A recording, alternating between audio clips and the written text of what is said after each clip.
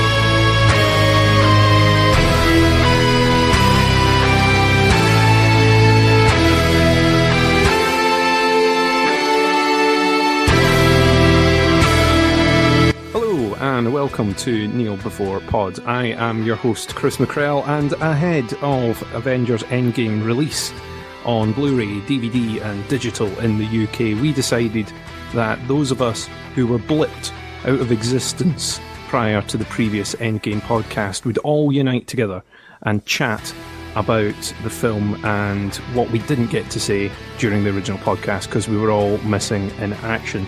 Joining me is someone who was on that original podcast, though, a man who was working on a blip beard before it was cool, Mr. Craig McKenzie. Hello, Craig. Hey, Chris. On your left. Also joining me, a man who returned from the blip to find out that Kellogg's had discontinued Ricicles, Cadbury's had reintroduced the Whisper, and that Love Island is still a thing on TV. Aaron. Hello. How are you? I'm alright. See, I think you'd be a bit like me. There's just so much that we've missed in the intervening time between podcasts, Aaron. Yes. Isn't time travel weird, everyone? It's as if we were on a podcast merely weeks ago, but however we have just appeared again. I was actually trying to get to that joke myself about having done all those other podcasts and presumably other alternate realities, but I couldn't get to it. Yeah. As you know from the as yet to possibly has been, maybe never will be published time travel podcast, time is weird. Yeah. Time is strange. By the way, I've gotten fed up with that podcast, so I've actually gone ahead into the future and recorded it because it was just hanging over me as a thing to do, so I've just gone and done it. That's good. One of these days we'll go and record it as well. Hope it went well. Did for me. Do you know what? I might get my time machine, travel into the future and record that podcast with you, Aaron. I think you should. It just hangs over your head forever until you actually finally travel to the thing and get it done. Well, the loop won't be complete until we do it. Yeah, up until then, people can either look for it or wait for it or listen to it all at the same time. It's insane. I don't know how it works. Anyway, ahead of our main event, it is time to discuss something that has been in the news and is Marvel related. So it all sort of ties in all nicely, which is the news about Spider-Man. In particular, his rights going back to Sony. He's no longer going to be in the MCU. This was a story that was breaking and then broken and then rumoured, then not rumoured, then true, and now just 100% confirmed. Endgame and Far From Home were the last that we will see of Spider-Man in the MCU, potential. At least at the time of recording. Yeah, the situation is fluid. In the future, past or present, this may have now changed again. Yeah, it kind of sucks, doesn't it? We kind of sat for so long saying, we want this guy in the MCU. Why won't they put him in the MCU? They finally did. We thought it was fine. And now they just snatch him out from under us. It seems really weird because I think we talked about it in the Far From Home podcast, and we're like, well, considering the money this has made, there's no way that at the end of this they're just going to sort of overwrite it and put him back. There's no way he's going to go about by himself again. And Sony obviously looked at it and went, yeah, do you know what we're going to do? Yeah, we've had enough of all this. Let's just go back to the way it was, thanks. They obviously listened to that podcast and thought, we'll show them. Yeah, they like this. We just ruined their day. Yeah, I mean, I think the situation's more complicated than any of us will be able to actually fully understand, because we're not film lawyers or box office experts or anything, but it seems like Disney got a bit too greedy and then Sony ran away. It seems that way. I would like to see what the financials and everything are on the situation. It's like, is there a difference between a Spider-Man solo movie and when Spider-Man appears in the other films? Like, how does that quite work? And so I know that answer. Ooh, so okay. when Spider-Man is in an MCU movie, well, he's always in an MCU movie until now. When he's in a team-up movie, such as Avengers Endgame, for example, spoilers, maybe he's not in it. We don't know. Can't spoil it yet. Spoilers. Yep. Such as Avengers Infinity War. He was definitely in that. So we'll go with that. So when he's in one of those, the box office kind of goes to Marvel, although they will still pay royalties on the character. Whereas when he's in a solo movie, like Homecoming or Far From Home, Disney make 5% of the box office gross. That's what they get. That's their fee for doing all the work, basically. Doing all the creative work. Whereas Sony are distributing the film, fronted the budget, etc. So Sony get 95% of that profit. So I think what Marvel were trying to do was trying to share the costs, but also share ownership.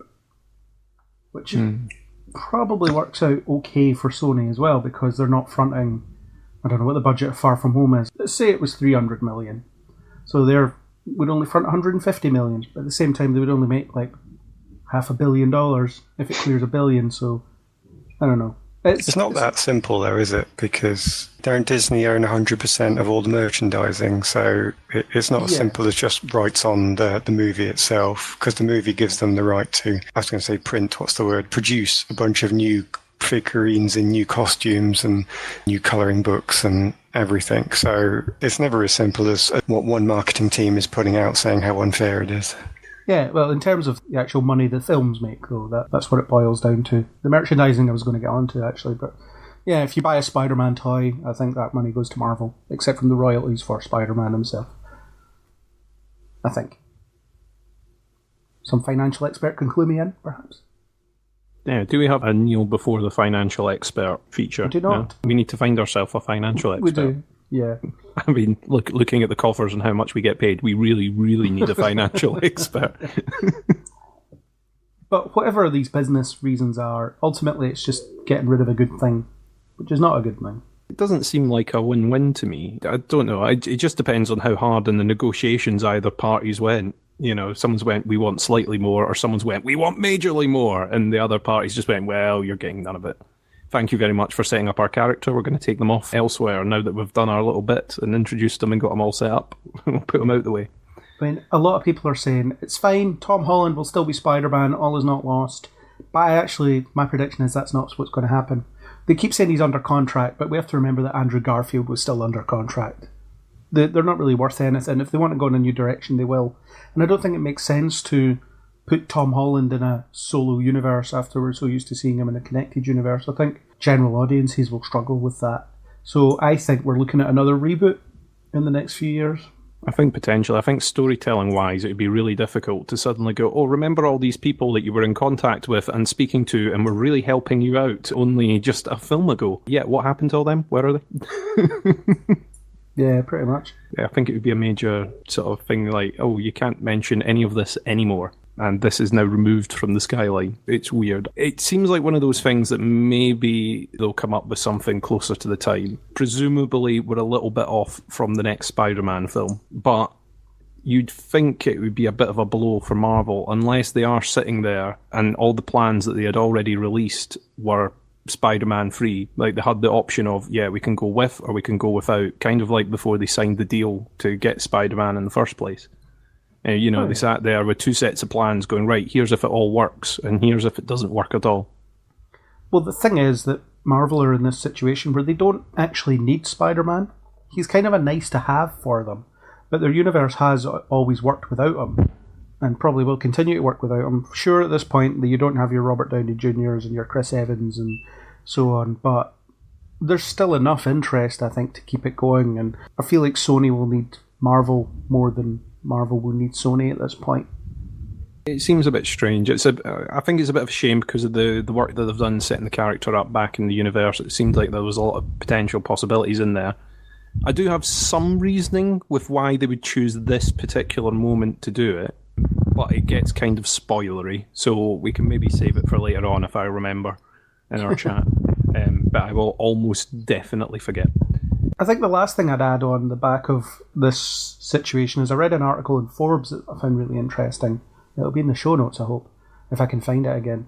So basically there's a situation where Sony have had other companies circling them for a few years in terms of looking to purchase.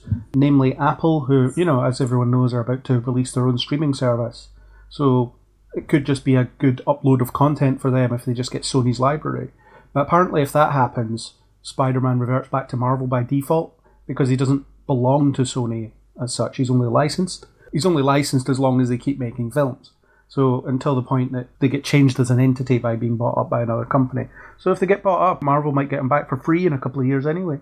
So that'd be an interesting development. It is interesting. I mean, I don't know sort of the way the contracts are written to that extent. I don't know if there's a way that they can not shell the company but do an equivalent to that and then still somehow keep the rights. Like the company of Sony still exists simply to keep its mitts on the rights of different properties that it has leased or has loaned out, but all the proceeds are getting funneled into another corporation. I don't know. There's probably always a way to do things. There's a bunch of legal jumping. Yeah, it seems like there'd be a way if someone really, really wanted to, and unless the contract has been written proper concrete. But that being said, I think there still is the possibility that it'll go back. I still think there's the chance that when they're writing their next films and they're trying to plan stuff out, that they turn around and go, oh, do you know what, this isn't going to work. And eventually both sides will back down and take a reduced amount either way. See, that hasn't stopped them before, so I don't think Sony would be worried about the thought of it not working. No, well, that's true. But then if they have one wobble after doing this, then their shareholders and their management are going to turn around and go, oh, no, now we've got to go back and say, please, let them just slide back in nicely, thank you. Is anyone else amused by the fact that there's a bunch of high-priced lawyers sitting in meeting rooms talking about Spider-Man for hours on end? I mean, I'd love to be a fly on the wall of those conversations. These complex legal mumbo-jumbo conversations, just with Spider-Man stuff thrown in. There's a really good sketch by a guy called John Finnemore. It's part of his souvenir program. If you get a chance to listen to it, it's really, really funny. But it's a sketch between two people negotiating the contract between a fast food outlet and a movie company, and they can't decide who is supposed to pay who for the merchandising. So the movie company thinks that they've got to pay the fast food outlet because they're using the fast food outlet's popularity to promote their film. Meanwhile, the fast food outlet thinks they should be paying the movie company because the kids will come to the fast food outlet to get the toys from the really ridiculously popular film. And it's just this argument keeps going round and round in circles. Anyway, check it out, John Finnemore's souvenir program, if you get the chance. It's on radio and available in audiobook form and such likes. I mean, Aaron, do you think it's a good thing or not? You kind of were quiet on that. Do I think it's a good thing that we can't have these films anymore? You think I hate fun that much? He's not saying no. Yeah, I'm yet to hear the denial. Okay, do you want me to try and argue that perspective? I don't know if I can. If we're going to try and get lawyers in. Yeah, there was just too much fun going on. Too many people were enjoying themselves. It was becoming a franchise was so popular. We just need to do some more damage now. Ruin everything and bring the whole thing down, really. Well, I'm convinced. The jury rests. Dear me. All right, well, having thoroughly discussed that and shown that we have absolutely no legal or financial knowledge whatsoever, it's time to move on to our main event, which is, of course, chatting about Avengers Endgame. Now, I will start quickly with some spoiler-free thoughts, because we don't want to ruin anything. So let's start with you, Craig. I mean, Endgame, it doesn't seem like it would be your cup of tea. How did it go down with you? I mean, you know how much I hate this comic book stuff. I just can't be bothered with any of it, really. I just got dragged along as many times as I saw it. So I suppose the question for me is whether my opinion on it has changed since the last podcast, because I went into great detail about how much I liked it back then. And the answer is, it hasn't. I've seen it a bunch of times, both in the cinema and somehow at home. I don't know how I managed that. And I still love it. Every time I watch it, I still get as much out of it as I did the first time. It ticks along wonderfully. It's beautifully paced. The character work is amazing. Yeah, I'll use it. The word masterpiece. Fine, it's a masterpiece of comic book movie making. And it's going to be tough to beat. It's going to be tough to surpass this, as far as I'm concerned. And Aaron, lover of joy and happiness, what did you think of Avengers Endgame? Well, I think I appreciated a bit more what you meant there when you were saying it doesn't seem like Craig's cup of tea, because we've long argued the split between the pure fun and the opposite. I don't even know what is the best description of what I prefer. I don't even know. Help me out. Dark. Well, I like the darker side of the comic book stories, and clearly Endgame... Mature. Try that. Maybe so. But Endgame is definitely along those lines, whereas the other films were heading more toward the fun side of things. So Endgame was almost guaranteed to be my preference of them all, and it definitely was. I really enjoyed Endgame because of the meaning that we inevitably got from the closure of so many stories. And I think it's quite telling for me that I can't really remember Infinity War at all. I didn't hate the film, but I didn't really get anything from it. It wasn't something that was too memorable to me. I remember Spider-Man dying at the... Oh, are we on spoiler free? Too late. Infinity War is fine. I remember Infinity War. I mean, it's been plenty time before Infinity War. Yeah, too late. So yeah, that's over. There was that one death scene that I do remember because that had a certain power to it. But other than that, I don't really have much of a memory for it. Whereas Endgame, I could, despite its 3-hour runtime, remember so many parts of it. So this was the closure. This was the final point. This was the culmination of all the other films for me, and I got a lot out of it all the way through. I'm kind of the same, to be honest, as both of you. I really enjoyed this. For me, it was sort of like the culmination of so many films that we've seen. It pays off so many great sort of character beats that you've been wanting to see for a long time in ways that you don't expect. Sometimes it surprised you in that way. I didn't expect it to be as hard-hitting as it was. I didn't expect it to have as good performances as it did as well, for some reason. But no, it was absolutely cracking, and I really enjoyed it. And a bit like you, Craig, even though going back to it a little while later, still enjoy it, still see moments and little bits in the background or little lines that I maybe didn't catch the first time. So well worth a repeated viewing. With that being said, I think we should jump now into the spoiler zone and right through this portal here.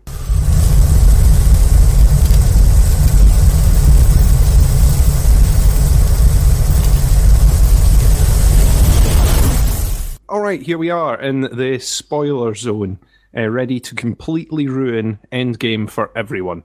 So, if you're listening to this and you haven't watched Endgame, let me just give you some advice. Go and watch it, you'll love it, come back later. Cool. Now we can start. That's the key part. Yeah, please come back. Yeah. Come back right here to this moment, right now, where I'm talking, and we'll resume 5, 4, 3, 2, 1. Welcome back.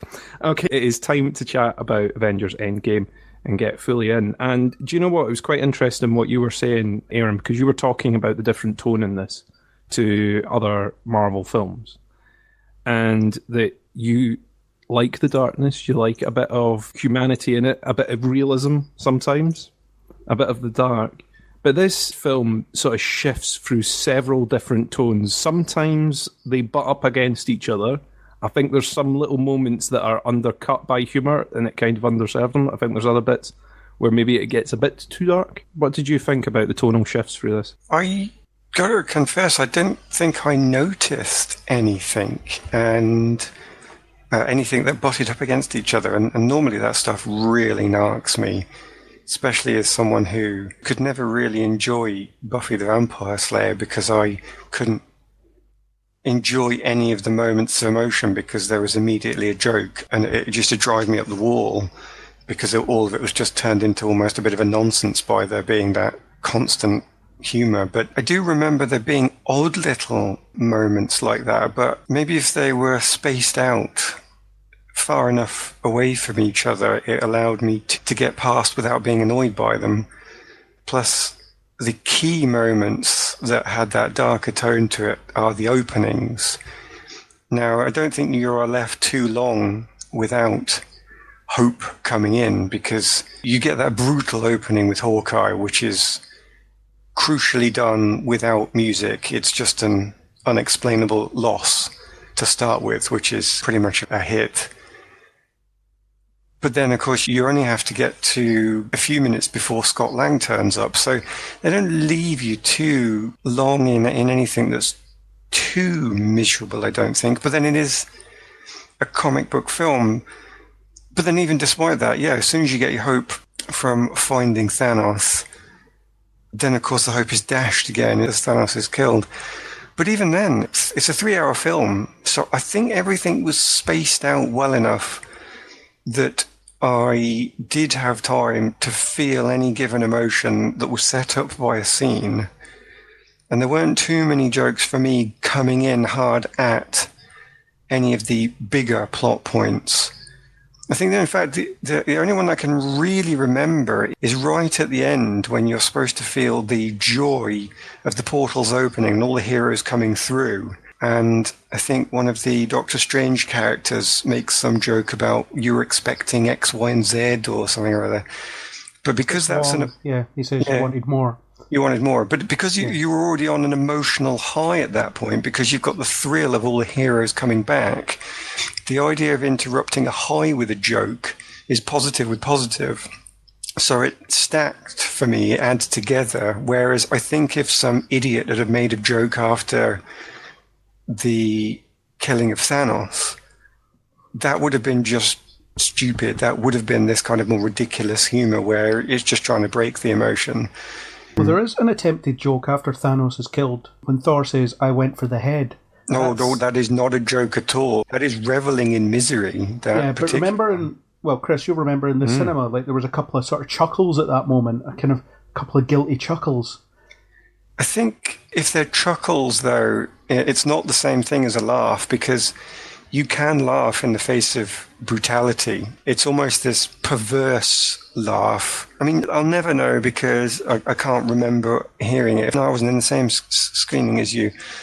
But I could imagine a dark, perverse laugh. There is black humour, but there's a brutality to it in which you can almost defend yourself by chuckling. But if anybody belly laughed at that, I would be completely surprised, because it is only the black humour of realising the perverseness of the universe that you get a second chance that's not a second chance that is being symboled here. So I don't think it was. I don't think it was humour. It's all subjective. Obviously, somebody said they find it hilarious. Fair enough. That's your sense of humour. But for me, that line was more of an underlining of the futility of the situation. That should have been a revenge moment, but because it's given in such a dejected manner by the actor, then it's not. It's actually, as I say, this underlining of his own misery. It's this underlining of his own defeat. So nothing goes against itself. From my perspective, the jokes that came in only added to the high points, or were black enough to underline the low points. So yes, there were lots of tonal shifts, but I think I was down when I needed to be. I think I was offered hope when I needed to. I think that hope was dashed to really then get us into the full misery of the 5-year time gap, because someone puts 5 years later on the screen, it means nothing to you. But if 5 years later comes after this brutal stomping out of all hope, 5 years later then gets a meaning carried through with that. So even with these cinema tricks, ploys, writing plot ploys, I still felt like I was in the right place every time where I needed to be to then feel the full rise of that final hope as someone says, all right, guys, we have to try time travel. And then it builds up from there to heroic finish. So yeah, no grating. I think I was in the right place throughout. I think it neatly divides in terms of tone. So you start off with the essential funeral for the first hour, where everyone's all morbid, everyone's processing everything that's gone on, or in the case of post 5 years, they have processed it and they're just struggling. Everybody's struggling in their own way, and then the time travel element comes in, so it's a bit more hopeful. Everybody's all joking again. They think there's a solution, and then you get to the sort of trying to wrestle victory from the ending, where, yeah, we succeeded. Oh, we're under massive attack, and we have to win here. So I think it divides neatly. It's probably not 1 hour, 1 hour, 1 hour, but it's probably pretty close. It neatly divides the acts of the film, certainly. So I think it feels natural the way it progresses. I never thought of it as being in any way. I know what you mean by not 1 hour, 1 hour, 1 hour, because it's clearly not. But I wouldn't have even seen it as neatly divided that way, because there is this constant back and forth within the hours. So within the first hour, there is no hope, but then they find Thanos and they have hope, but then there's no hope again. So you've got an up and down there. It's not completely funereal from that perspective, because you do have that moment, but then it's dashed even further. And then even in we're actually going for the victory of gaining the Infinity Stones, you have the death of Black Widow, which is pretty horrible to have to watch. And it's also amazingly joyful to watch, because there are two characters trying to save each other. It's just the end point.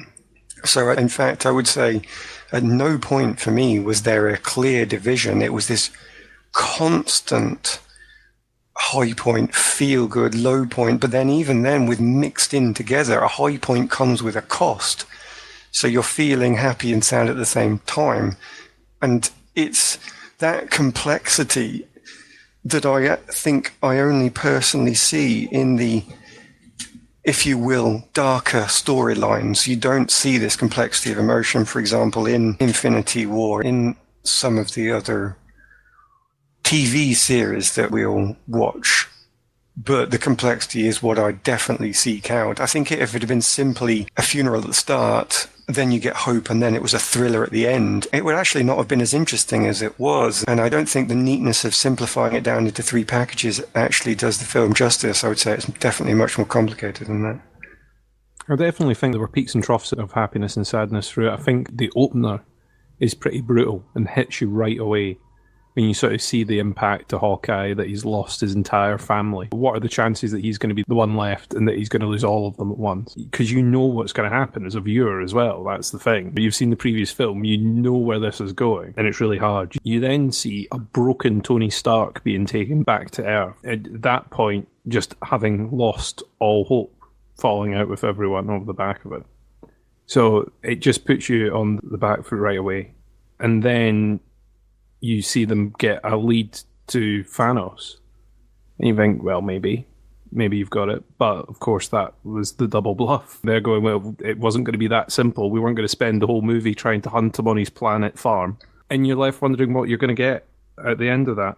And I think there are other troughs. You have the heist, the time heist, has a lot of fun elements in it. But then also, you lose Black Widow in part of that. So you end up with a trough there again. And then you have, well, they've succeeded. But at the same time, when you know they've succeeded in bringing everyone back, you also know that Thanos is on his way again. So you don't quite get the same high from that as I think you maybe would. And then through the battle, obviously, you get multiple ups and downs through all of that. I think it is a bit complicated, but I think you can break it down kind of like Craig said, with a little bit of the beginning, middle and end of your story. But there are little peaks and troughs throughout that. My thing with the humour was that often bits like Tony's breakdown at the beginning is broken up by a joke from Rocket, and then you get about twice, maybe even 3 times with Thor and his emotional state. You get sort of 2 quippy put-downs pretty soon after he has a sort of epiphany moment, a bit of progress, or opens up. There's like 2 put-downs pretty quickly, one from Ant-Man when he's talking about the stones, and another one from Rhodey when he's talking about he wants to be the one to snap in the gauntlet at the end.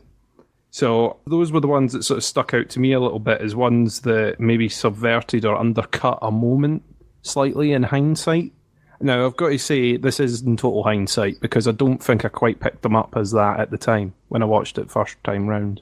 But I don't know if you felt the same about some of the one-liners and where they were placed. What I find interesting about the Thor stuff, it's pretty clear Thor's having a really tough time of it. He's overcompensating for the loss that he feels, and And it's really tragic. They try and make that funny throughout. You know, it's like, look at him, he's fat and has a huge beard, it's hilarious. But, like, Rhodey is consistently mean to him. Because it's the bit where it's like, right, Thor tells about the ether, and then he's just sitting there and he's asleep, or whatever he's doing. And Rhodey's like, I'm pretty sure he's dead. And then he says there's cheese whiz running through his veins. And then, I mean, Rocket makes fun of him all the time, but Rocket's a dick anyway. Rocket is not a nice person. Yeah, that's Rocket being Rocket. Really, he makes fun of everybody. He just, he doesn't care.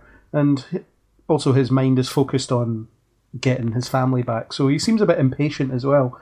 And I think the fact that they're consistent about who's dropping these one-liners in context of who, if it was just suddenly, Stark randomly makes fun of Thor for being fat, it wouldn't have really made sense, but the fact that it always goes to Rhodey does. Yeah, I think Stark only really gets the Lebowski line, doesn't he? I think that's about the only one that you get from Stark through it. Yeah, which opens up a can of worms about the MCU.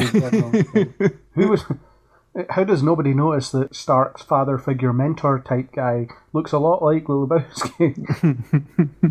Or the dude. So moving on from that, obviously we've already mentioned the time heist, and on this podcast we've already mentioned time travel. So one of the things I wanted to talk about was this jump that they make from the killing of Thanos to 5 years' time. And I kind of felt, not cheated isn't the right word, I'm hoping that they've maybe got a little bit in the tank from these 5 years that they skip forward. But there's a lot of development that happens in these 5 years. You get a little view of the post-snap world. You see the tied-up boats out in the harbour. You see the cars stacked up outside the stadium, where obviously they've tried to clear as much out the way as they possibly can so that people can get on with their lives, so that ships aren't in danger. The few ships that are out at sea aren't sort of constantly crashing into unmanned vessels. Would you have liked to have seen more of the post-snap world, the intervening years, in this film? I mean, yes and no. I think if I'd seen more of it, I would have been initially interested, but on repeat viewings, I'd be like, this slows the film down massively. I think there's a lot of story to tell there, but equally, I think in terms of what this film is trying to do, there isn't a lot of story to tell there. So you catch up with what our characters have been doing for the past 5 years, and you get the impression that they've not been doing much else. So Black Widow has been trying to keep the Avengers together, whatever it is. She's kind of not succeeding because no one cares about it as much as she does. Cap is trying to help people by organising little self-help groups, which may be a reference to his friendship with Sam, because that's what Sam was doing when they met. So you get little snippets of what everybody's been up to. And I guess the suggestion is life has been on hold for a lot of people. I mean, the weirdest thing was you've still got that guy that works at the impound lot, because even though probably all your bosses are gone, like, why is he still there? I suppose in the midst of great tragedy, you might just stick to what you know. So there's the impression that just everything has just stopped for 5 years, more or less. Yeah, the world's been on hold and on pause. There was a little bit of me that wanted to see more of it, and I understand why, with the film being the length it is. You're talking about either that or you're making 3 films instead of 2 to wrap the saga up, the Infinity Saga up. And I think that, because we've described tone as well, one of the reasons is probably because tonally it would just get far too bleak. People have done multiple articles and I've read tons of stuff about what the world would actually be like if half the people suddenly went walkies, how people would be fed or get about, how the world would be administered. There's so much that they talk about the world governments trying to reform and get a census and try and get the wheels in motion again. What about you, Aaron? I didn't need to see it, which is interesting because it's one of the most interesting things that they could have put in there, and you definitely want to know because it's so catastrophic. The idea that some countries out there must have just simply collapsed because they didn't have the infrastructure to survive such a hit. And I believe that some countries would pull together, but there would have been looting, rioting, and so on. And there's going to be some countries where the 50% was most of the armed forces, just because that's the way stats work. That could have happened. So there simply was nobody to provide an enforced order and to stop the chaos. So there's so much there, but it's a different show. It's a different film. It's not important for this because the film is about the conclusion of the characters' plot lines. So, for example, Stark gets his complete transference from utterly selfish when you meet him to completely selfless when you see him go.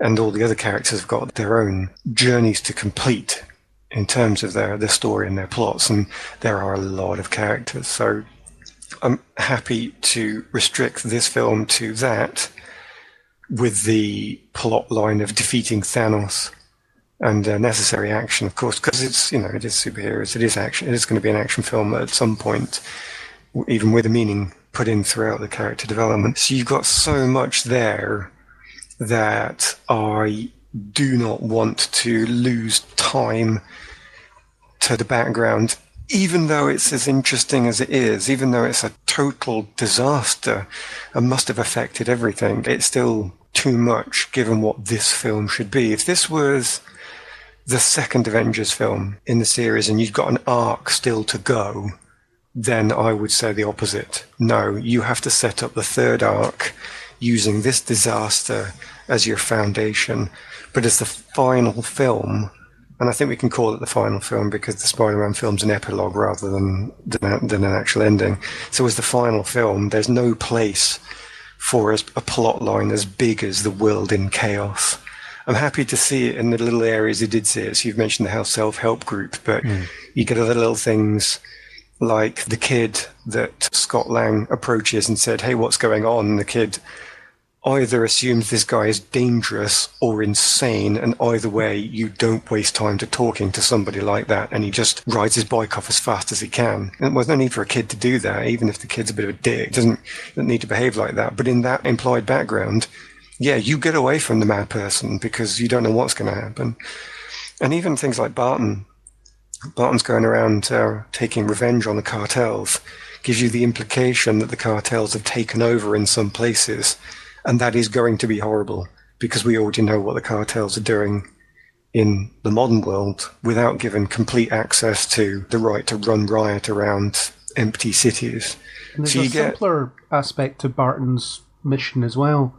It's the idea that his family are gone, but all these terrible people are still around. So he's taking it upon himself to punish these terrible people for being lucky enough to survive. Well, that's Barton, but I'm really thinking about the background that's implied. You know that somebody's going to try and take advantage, and they discuss it that it's not one cartel. There are plenty of other bad things going on, and the comments from Black Widow when they're trying to arrange it, she is looking out for the people that are trying to take advantage. And they don't say that, but they make it clear by who she's asking them to look out for. So I reckon you see enough of these implications of the chaos to give you a sufficient picture of the background to acknowledge it's there. That's enough for this film to just use, put a nod to it, say, look, we understand this is what it is, but that's as much as the plot is going to do with it, because we've got lots of other plot to deal with. And I do think that's the right choice. I was kind of hoping we'd see this world in Agents of S.H.I.E.L.D., but Agents of S.H.I.E.L.D. just went and ignored it. Mm-hmm. And apparently it was because no one at Marvel Studios, because Marvel Studios and Marvel Entertainment are two completely different companies that apparently don't like each other that much. So they weren't told what the end result would be. So for all they knew, it would be undone seconds after it happened. So there would be no post-snap timeline story to explore, as far as they knew.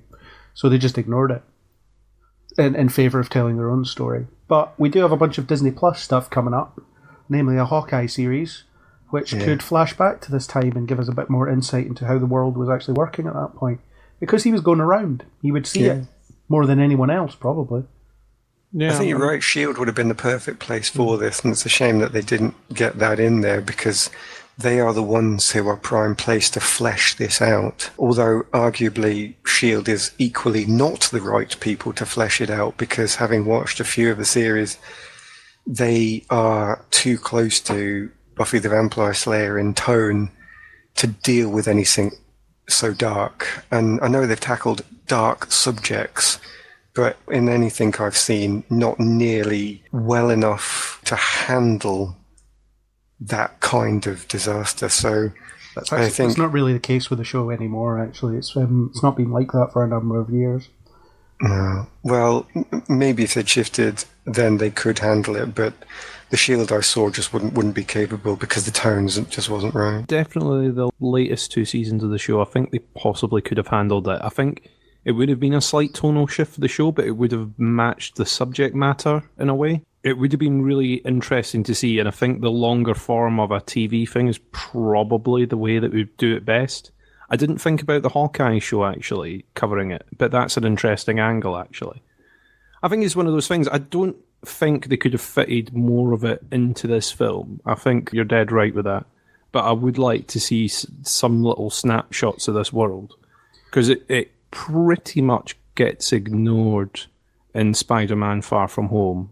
Not, massively ignored, but it's only sort of little riffy bits rather than... after the opening, they never mention it again, really. Pretty much, yeah. They make a nice gag out of it, and then they move on, really. And the rest of the world all seems to just be fixed. It's all fine again. It's all been wiped clean. I think it would be an interesting place to revisit, and I get why tonally they couldn't do it in here, and I get why time-wise they couldn't do it here. But it would be an interesting thing to see again. One of the striking things is there's a couple of instances of it being not as bad as you might think it is. So you've got the bit where Cap says to Black Widow, I saw a pod of whales as I was coming over the bridge. Mm-hmm. There's like whales swimming in the Hudson. It's like, there's fewer ships, cleaner water. It's not bad for whales in this post-snap world. And it just made me wonder about how much of a kicking the planet was going to take once everyone comes back.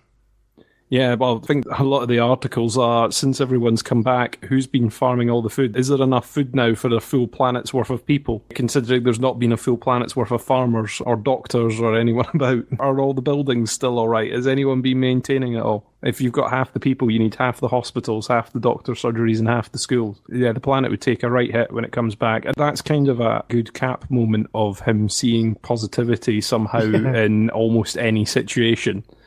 It's like, okay, this isn't great. This isn't the best situation, but guess what? Got to see some whales in the Hudson. Not seen that before. Well, Natasha, as good as says, I didn't hear that. I don't want to hear that. You also have to wonder how much the population has grown in those 5 years, based on who was left. So you have to wonder what the actual population is post-return. We're suddenly looking at 9 billion people. Instead of 7 billion people. The government campaign to make more people. Yeah. We need to make up for what we've lost, folk. Get making babies. On you go. But one of the things that happens post things like, if you look at after the Second World War, that's the baby boomer generation, isn't it? Everybody just has kids after these kinds of things because I guess you have a lot of lives lost over these conflicts and things. So the same thing would happen post-snap, you would think. You think people would distract themselves from this horrible thing by trying to bring some light into their lives through maybe having kids and have people that got together that couldn't or shouldn't have or didn't get together before because there was obstacles in their way, like fiancés or husbands or wives or whatever. There's you'll have all these relationships that have changed as a result of this. One example that I think of is, so you've got this wedding taking place and then the bride watches the groom disappear before her eyes, but the best man's still there. The groom comes back in his wedding finery to find out wasn't quite his wife yet, is shacked up with the groom. Yeah. He's disappeared off with the best man. He's left standing in what was his wedding venue at the time. Yeah, there's all that sort of stuff that will probably never get covered. It is like an interesting set of stories. It would almost be a mini-series. Do you know what? It would be kind of half comedy and half drama series. Just to have, do 6 stories of people pre and post snap could make it some sort of weird rom-com-y version. A bride or a groom disappearing on the wedding day and ending up with one of the bridesmaids and then they come back. There'd be interesting little stories that you could do out of that. It's a shame they don't do the one-shots on the Blu-rays anymore because those could be those one-shots. That would be the kind of thing that would work with that. Or maybe they will come up with little one-off little skits or something like that. I don't know. I don't know what they're planning for Disney Plus, if they're planning some small-scale stuff or if it's all going to be bigger budget, or I suppose you've got to get people to write all these things and we are very expensive. So, but now that you've saved some money on your Sony deal, you could just come over and pay for us. Time will tell. Time will tell. Time will tell indeed. Speaking of which, we talked about time skip, the jump of 5 years, but of course the main plot device in this is the time heist itself. Now, we've discussed time travel quite a lot on this podcast and on this network as well, strangely enough. So I was interested in how you thought time travel is going to impact the future of the MCU. We've got not just time travel, but sort of multiple realities, a multiverse out there. Each one of these times that they've gone back to is sort of deviated from the course that it was already on. Or did it? I mean, we're not clear on that. Well, the insinuation is that you go back, you put the stones back exactly where they were, everything carries on as normal, except that we know that we're getting at least one TV show in this alternate timeline. One of them, at least. Yeah.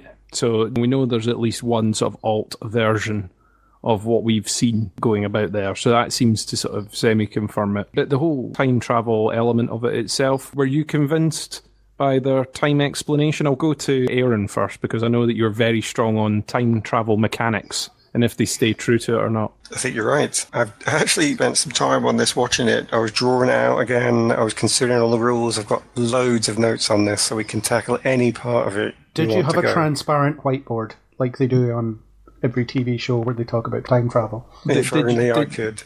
Did you at any point fold a piece of paper in half and puncture a pen through the middle of it? No, I didn't do that, no, but I did draw alternate reality timelines, so that's got to be close enough. Oh, right, that's close. So I have to say that despite everything I'm about to say, I don't believe that the time travelers was ruined my enjoyment. However, looking into it, I think that the time travel is not in any way close to consistent in this. There are several problems. The biggest problem I have, I think, is the words of the Ancient One, because I'm kind of okay with Bruce being wrong about time travel, because he himself says, look, I'm not an expert. And even though he comes in arrogantly and tells Scott Lang how Back to the Future is wrong, and then is wrong himself, it kind of doesn't matter, because you're not an expert and you know you're not. But when the Ancient One, who's lived forever and whose very job is to hold the time stone, seems to get things wrong, that started to bother me under analysis. I say not in the film. Do you know, in the film itself, it didn't bother me. But when I'm sitting down there with my metaphorical whiteboards and pen-punctured paper on reflection there, it really bothered me.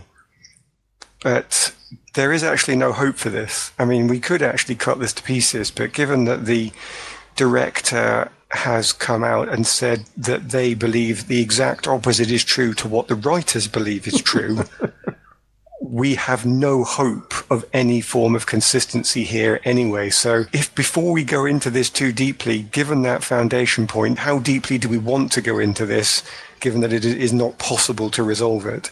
I think we should just go all the way down that rabbit hole. Okay. Legion. Why not? Why are we here otherwise? This is what the second podcast is here for, is just to discuss the things that couldn't be discussed on the other podcast. Every time we mentioned it on the other podcast, Natalie said, my head hurts, and it killed the conversation. So this is the time. This is it.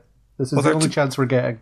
To be fair, I can understand why her head hurts, because if you try and put it together, it is impossible, because the rules that are established get broken so quickly, and that means there isn't any way of actually putting this together in such a way as to give you a nice calm head. So say I'm okay when Banner's rule gets broken because he doesn't know, but then you kind of have to assume the Ancient One should know. So when her rule gets broken, you lose a bit of confidence, and then when you're trying to resolve that, you kind of want to get help from the film itself, because then you can say, okay, well, it doesn't necessarily make sense from the character's perspective, but maybe they don't understand it. So let's try and put it together afterwards. And there's too much that's left unconstructed. So I'm left with, as I think it's stated, the return of the stones, as they describe it, creates an infinite loop of alternate universes being created, which will fill the universe or multiverse with infinite energy. And presumably that's a bad thing if energy is infinite, but maybe it's not infinite. Maybe that's not a problem, and you can have an infinite loop of alternate universes created. But even that kind of resolves you. I think you have to work from the foundation that there is something that causes an alternate reality to be created. Logic demands every single action that doesn't fit with the existing timeline, because surely human consciousness doesn't affect physics, so it can't just be human choice. It has to be every single atom that falls into the wrong place.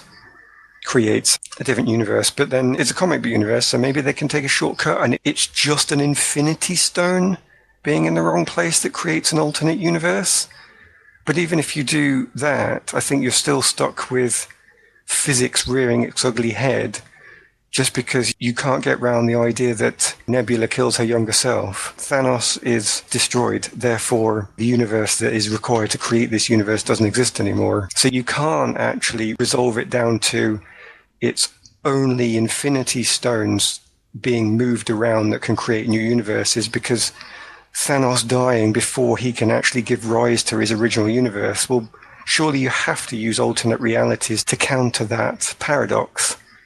Therefore, we must have just masses of alternate realities out there where every single atom falling is giving rise to an alternate reality. But maybe we do settle on that, because then that gives you infinite Disney TV shows to work with. They've got their one where they've got the second Tesseract with Loki. Everybody can say, right, that is definitely one. That's an Infinity Stone, alternate reality, brilliant, off we go. But if you make it such that, any action causes an alternate reality, they've got infinite TV shows. I mean, they've already got infinite money, but they've now officially created a way of giving themselves infinite money through just saying, right, alternate universe number 1, 2, 3, 4, infinite. Yeah, but arguably we already have an alternate universe, because Agents of S.H.I.E.L.D. is set in one where the snap clearly doesn't happen. Well, there you go. But where Thanos still did. Because they referred to him quite heavily in the season before the most recent one. So I guess you have to assume that in that universe he failed, or something happened that meant that he didn't snap everybody out of existence, which you've already got one of that multiverse already. You can almost argue that for the Marvel TV shows, the Netflix ones, to be in an alt. Apparently there's a scene in Punisher Season 2 that is clearly set after the snap, but there is no snap. If you look at the date, apparently it is clear, but there is none. Yeah. Well, if you look at the date, it's it's post snap, but it's not, because nobody's disputed. Yeah. I mean, in this, we've got the Loki escape. We've also got presumably now a universe without Thanos, because he travelled in time to our present timeline and got wiped out. So that universe will be Thanos-lessness. Yep. So there's another alternate. I don't think they tread on too many butterflies back in the 70s, but I'm sure they'll have done something there that that caused a change. Well, I suppose they returned the Tesseract, but they took the Tesseract, so, They returned, they took it, yeah, so would there have been increased security after that? Would something else have changed? I don't know. Would people have been investigated? Would Hydra have been found? Who knows? Yeah. But they don't return the second Tesseract. They don't specifically go after Loki after he stole that second Tesseract and bring that back. Well, I suppose they could do. Maybe Captain America did do that, but that could be resolved in the Loki TV series, I suppose. Yeah, I think it's that version of Loki that we're following. That's the implication. It must be, yeah. Yeah. No, it seems to be a fun way to do it, but I get what you're saying about it breaking its rules quite quickly, and I didn't think of Nebula killing her past self either, actually. Well, that doesn't matter, because that entire Thanos army is gone anyway from that universe. That timeline version, multiverse version was gone, yeah. Yeah. I think it's just important, though, from the perspective that it does, by definition, create, I think, an alternate reality. I don't think you can limit it, that the alternate reality is being created by the removal of Infinity Stones, which the Ancient One implies but doesn't say, so she might not have meant that. She said something about the Infinity Stones together in one universe create what we perceive as the flow of time. Yes. So they have to be together. And people say, what about the ones that Thanos destroyed? Although the basic tenet of physics is you can't create or destroy anything. All you can do is change it. So in our universe that we've been following, the stones are still there. They've just been reduced to atoms. Yeah. But the actual atoms that make them up are still there. So arguably they're still in the universe. So arguably they still perform the same function. If you remove, say, the time stone from that Ancient One universe, then that creates issues. And there's something about the forces of darkness being mentioned. Yeah. Which is unclear, but possibly be picked up in the Doctor Strange sequel, considering it's called The Multiverse of Madness. Well, yes. We know a little bit more than we did back when we did the first podcast in terms of speculation. So I actually found an article on theringer.com where a quantum physicist talks about the time travel in Endgame, because apparently quantum physicists have nothing better to do. Oh, please, all of the quantum physicists are watching the comic book show. I know, sure. But he basically talks about all the stuff they reference. Stark talks about the Planck scale and the Deutsch proposition, which I don't really know what those things are, I'll confess, because I'm not a quantum physicist, but this quantum physicist says they're referenced and are referenced incorrectly. I'm not going to read the entire article, but I will put it in the show notes, and I'll try and kind of refer to it as I'm puzzling this out. So I think the multiverse angle works up until a point. It works up until the point you've got old Steve sitting on a bench. Because he doesn't return. And I know the writers have said, oh yeah, Peggy's kids are Steve's kids, which actually throws a bit of shade over the relationship, I use in inverted commas, he has with Sharon Carter in Civil War, going, she would be his niece. Ugh, that's disgusting. Leia and Luke sort of scenario there, almost. But the way I looked at it is, essentially what you were touching on, Aaron, this infinite loop of multiverse stuff. So what you've got is you've got another version of Endgame that played out, and then a version of Steve travelled back, and that created our universe, where he lives to be an old man, kind of in the background of the universe, until he gets to the point that he gives Sam the thing. And that keeps repeating, but it keeps creating an alternate universe where the same thing keeps happening. Yeah, my way of viewing it is that we've always been watching the universe where Steve Rogers managed to get back in time. Have you seen the stuff where it's like, is this old Steve at Peggy's funeral in Civil War? And I mean, it's just some old guy that you never see his face, so it could be. You think Steve would recognise himself, but, you know, he was distracted at the time.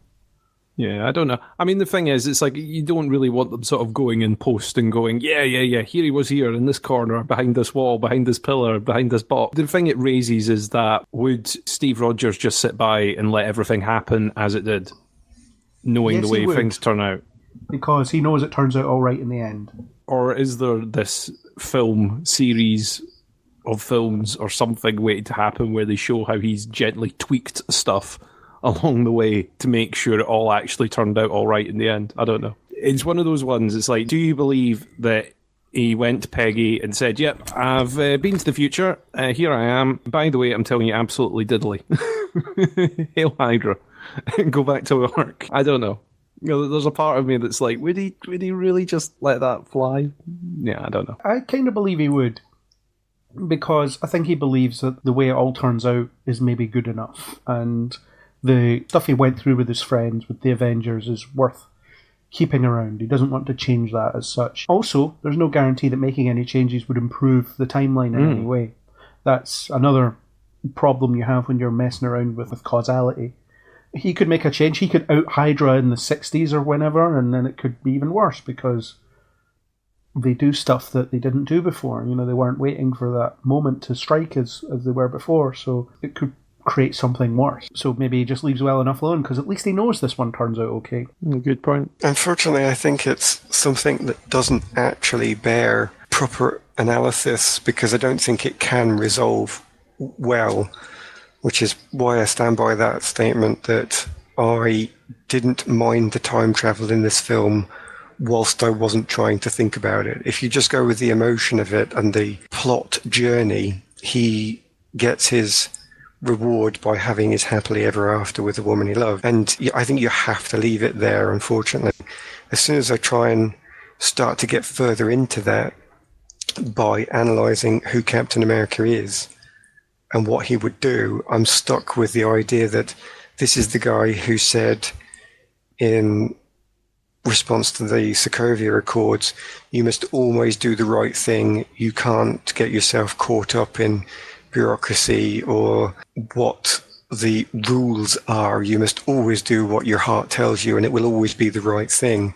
And the very idea that that character could stand by knowing that a Hydra agent is about to kill some innocent bystander, going, yeah, but the rules of the universe say it's all going to work out fine in the end if I just let that person die horribly. I have to think that that Captain America would actually turn to himself and go, nope, I trust my heart. I'm going to save the innocent person and just trust that the universe is going to work itself out when I'll create another alternate reality here. And I just don't believe he could ever stand by in the shadows, because that's not the person I've seen built up over the last 3 arcs. It's one of those ones that you see on TV shows where they do time travel every once in a while, which is that they go back and they purposefully don't interact with everyone. They don't alter the timeline in any way, or they attempt not to alter the timeline in any way, and then find out that they actually were supposed to affect the timeline because things are not turning out the way they were supposed to. Yeah. And I kind of have the feeling that Cap would have that doubt in his head, going, oh no, hang on, did I always do this? Did I always fix this or not break this or not try and I don't know. I think that dilemma would be there. As much as the let's not break the timeline would be there, it would also be that, hang on, I must have done this the last time because this is not heading the way I thought it was. So there's another counter-argument to that as well. Maybe he does make changes and that's what ends up resulting in the universe we have. It just turns out that he was supposed to help shape it or helps shape it in some way. It goes back to what I said about you can't predict what the actual consequences of any action you take will be. Even if you're from the future and you think you know that preventing this will create this better world, might not. And you could have this scenario where Steve is operating in the shadows. He's trying to bring down Hydra, but they're too big. There's not enough people that believe him. There's not enough people he can trust, because he still doesn't know who he can trust. Maybe the first thing he does once he sees Peggy is tells her everything, and he only has a limited control because she doesn't want to get found out as being this agent against Hydra, because she'll just be killed. Because that's what happened to Howard Stark. That's what happens to anyone else that stands in their way. They're quickly snuffed out. So there's all that to consider. So you could have Steve being there in the shadows, working to make the world a better place and kind of accidentally creating the reality we know as it is, because that's the best he could do. Unfortunately, I think to me that's the bit that doesn't bear analysis, because again, given that you've only really got the history of Captain America to work with, you have to compromise that character in order to make that work. And if it was a random other person, I would say everything you have said is possible. But it's not a random other person. It's not some other spy hidden in the background. It's Captain America. He's bold. He's in your face. He is the person that can actually defeat World War II by himself. You believe it when you look at him. He takes on the world-bending problems. He does solve them. The idea that he conveniently would be beaten by Hydra because he needs to be, otherwise the timeline is in place, it just doesn't match.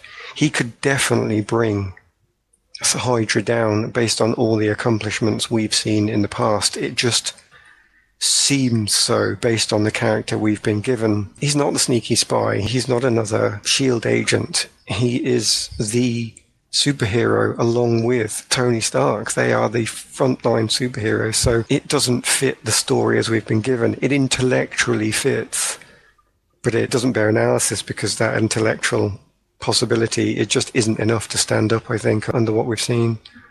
I will grant it doesn't help that the two major creative forces on this film don't agree on how the rules of their own universe works. Well, this is what I said to you. How deep do you want to go into this abyss? Because it is by definition two different abysses and they can't agree which of them is the real abyss. Yeah. I think that we're all in agreement with the fact that it didn't actually take us out the film at the time when you watch it. And that's the kind of the thing about this podcast that we're doing today is it's like a retrospective of having time to actually think about it, knowing some of the films that have come after and what they're proposing to do after and sort of looking into it. It's that filmmaking trick. What they do is they deliver you that satisfying, really powerful Steve's final scene moment with Sam where he hands over the shield. You find out he had a happy ending, and at that point you really don't care what the details of how he got there are, because you're just like, he deserves this. He's got his dance and the music's playing over the credits and it's lovely. And you go, that's so good. I think there is, however, one thing in all of this that is unforgivable that I can't let go. And the rest of it I'll give them. The rest of it I'll just let slowly absorb itself into the emotion and vanish away into inconsequence. But the one thing that I cannot forgive them is they said, oh my God, how could you possibly think Back to the Future was in any way any good because it had terrible, terrible rules for their time travel, and then go on and have awful rules for your time travel. That's an arrogance that is unforgivable, and they must immediately apologize to Back to the Future for me to tolerate any more time travel in this nonsense. I think what they were doing there is they were using popular films to exemplify their own time travel rules. So by citing Back to the Future, Terminator, and all the other films that Rhodey has apparently spent the last 5 years watching. Hot Tub Time Machine, Bill and Ted. Yeah. Die Hard. Oh, that's Die Hard, yeah. Die Hard's not time. I mean, the next film probably will be. Why not? They've done everything else stupid with that franchise now. So it's them saying to us, this isn't how it works. All the stuff you understand about time travel from these other movies, that's not how ours works. If you're talking about lowest common denominator in the audience, that's fine. That's an easy, simplified explanation. Forget what you know about time travel. We're doing it this way. And then they proceed to do it exactly the same way. Yeah, well. And I think this has to stand as an unforgivable moment. I don't think we can challenge that. Let's leave it there. I mean, we've talked about Cap there, and I suppose we should move on to talking about some of the characters and what happens, unless people have got anything else about time travel. But again, how far down that rabbit hole do you want to go? Anything else? I think it's safer to turn around now and stay with the happy, I think. Can you write a full article for the website here? Okay. I feel that we should have a link in the show notes to Aaron's thesis on time travel in the MCU. I like that. You could do a feature. It's got to be a featured article with like the little... Take pictures of the drawings of your virtual whiteboard that you've done and just explain it that way. I'd like to read that, please. I know I'm not the commissioning editor. You've just committed me to a bit of work. That's just not fair, is it, really? But you've already done so much of it. You've already done so much. I think you'll enjoy it, and that's the thing. Actually, I wouldn't enjoy it because it would take me away from that happy ending moment. That's where I want to stay. But we've just got to put a picture of like Happy Cap dancing at the end of your article, and then that'll make you feel better when you scroll down. Once you reach the bottom, you'll be like, oh. I tell you what I'll agree to doing. I will agree to do it upon the same time frame that we have committed to with the recording and delivering of the Time Travel podcast. It will arrive at some point. We don't know when. It might have already arrived at the time that you're hearing this. There you go. Exactly. Okay. I like that. It's a whole series of papers on time travel. But anyway, we'll start with the MCU and we'll work our way up. Yeah, I want to read this now. You have to do it. That's what they do. You will have possibly already read this in the future at some point. It's either that or we are borrowing a whiteboard from somewhere and getting you to present it as an actual lecture. 200th podcast. Yeah. Lecture on time travel. No one will attend. Yeah, have contacts in the Science Festival. It's happening. So many crazy promises. I will quite gladly give up my spot teaching how transmitters work in order for a time travel lecture to be presented. Moving on to characters, and like I say, since we've been talking about Captain America, I suppose we should talk about the resolution we get from him. It looks like he's going to come back, and then we find out that he's decided that he's going to do something for himself. He's going to go back and he's going to get some of that, I'm trying to remember the line, some of that life that Tony was talking about. Yeah, although Tony wasn't the one to talk about it, it was Nat, so... Yeah, that's true. In the film itself. I mean, I imagine Tony probably told him to get a life at some point, but not in this film. Yeah, you don't know. Maybe that's a chat that's missing in this film. I kind of feel that there's a chat between Tony and Cap about having a daughter in family life and getting away from the superhero thing, because it seems at that point that Tony has taken a massive step back and has got nothing to do. That we do know that he's built a massive robot army in the sky, which is revealed in a later film. But it appears that he's got nothing to do with... Well, he's had 5 years, Morgan sleeps sometimes. What else are you going to do? Yeah, he built the robot army in the first 3 months, and then then he was fine to have the family life. See, on that point about it not referring to something in this film, that's not a thing, though, is it? Because I started to count up the number of referrals to previous films. I'm just getting 3, 6, 9, 12. I got to 14 referrals to previous films before I gave up and thought, in almost every paragraph there's a referral to a previous film. There's a million callbacks, yeah. Yeah, so the idea that he needs to have said about Get a Life in this film, no, he doesn't. They're always about saying what Tony had said to him in a previous film, films and films ago. And so I think it's that general perspective on life that's being referred to here that Tony's been talking about, rather than that specific Get a Life comment in this film. The only example I can think of is in Age of Ultron, where in their final conversation in that film, Tony says, maybe I'll build Pepper a farm and hope no one blows it up. So that's basically what he does in this film, actually, funnily enough. It's not quite a farm, but it's the same sort of thing. It's a peaceful lake house, I guess. And then he says to Cap, you'll get there one day. And he's like, nah, this is my life, that kind of thing. But it's just because in this particular film, Natasha does say to him, I think you need to get a life. It's around about the whale pod conversation. Yeah, but that's what I'm saying. It's kind of unimportant what's said in this film. Yeah. It's all about referrals back to previous. I bet if we did do that ultimate 3-day marathon and watched all the films back to back, we would find a couple of points where Stark says something relevant. It would be one of those little counters that you would need to have running in the bottom corner of the screen. Yes. You know, where it's just tallying up how many times it refers to something else. Somebody's going to do that, you know. That's going to happen soon. It probably already exists. Somebody Google it. It'll be there. Everything else we say doesn't already exist when we Google it. It does exist in Legion forms. Yeah, we will it into existence by saying we're the only ones that have done this. And then it turns out there's about 1 million people that have done it. All right. Yeah, so we were talking about Cap. That's what it was. Yeah. Yeah, I think the handling of Cap in this film is actually quite simple in a lot of ways. I mean, you are building up to the point where he's willing to do something selfish, but throughout he's the guy he's always been, more or less. You know, he's the one that kind of pushes forward, rallies the troops. He's trying to help people in his own way through the self-help group, which is a nice moment for him. But he's the only one that seems to be coping, actually, out of everybody else until, you know, they have a plan. And then as soon as they find out he has a plan, he's like, right, superhero time. This is where I can shine. I'm just going to give speeches until everyone does what I want. And everyone does. It's the moment when they're on this sort of time platform thing and he gives the rousing speech, and I think it's Ant-Man that turns to, is it Rocket?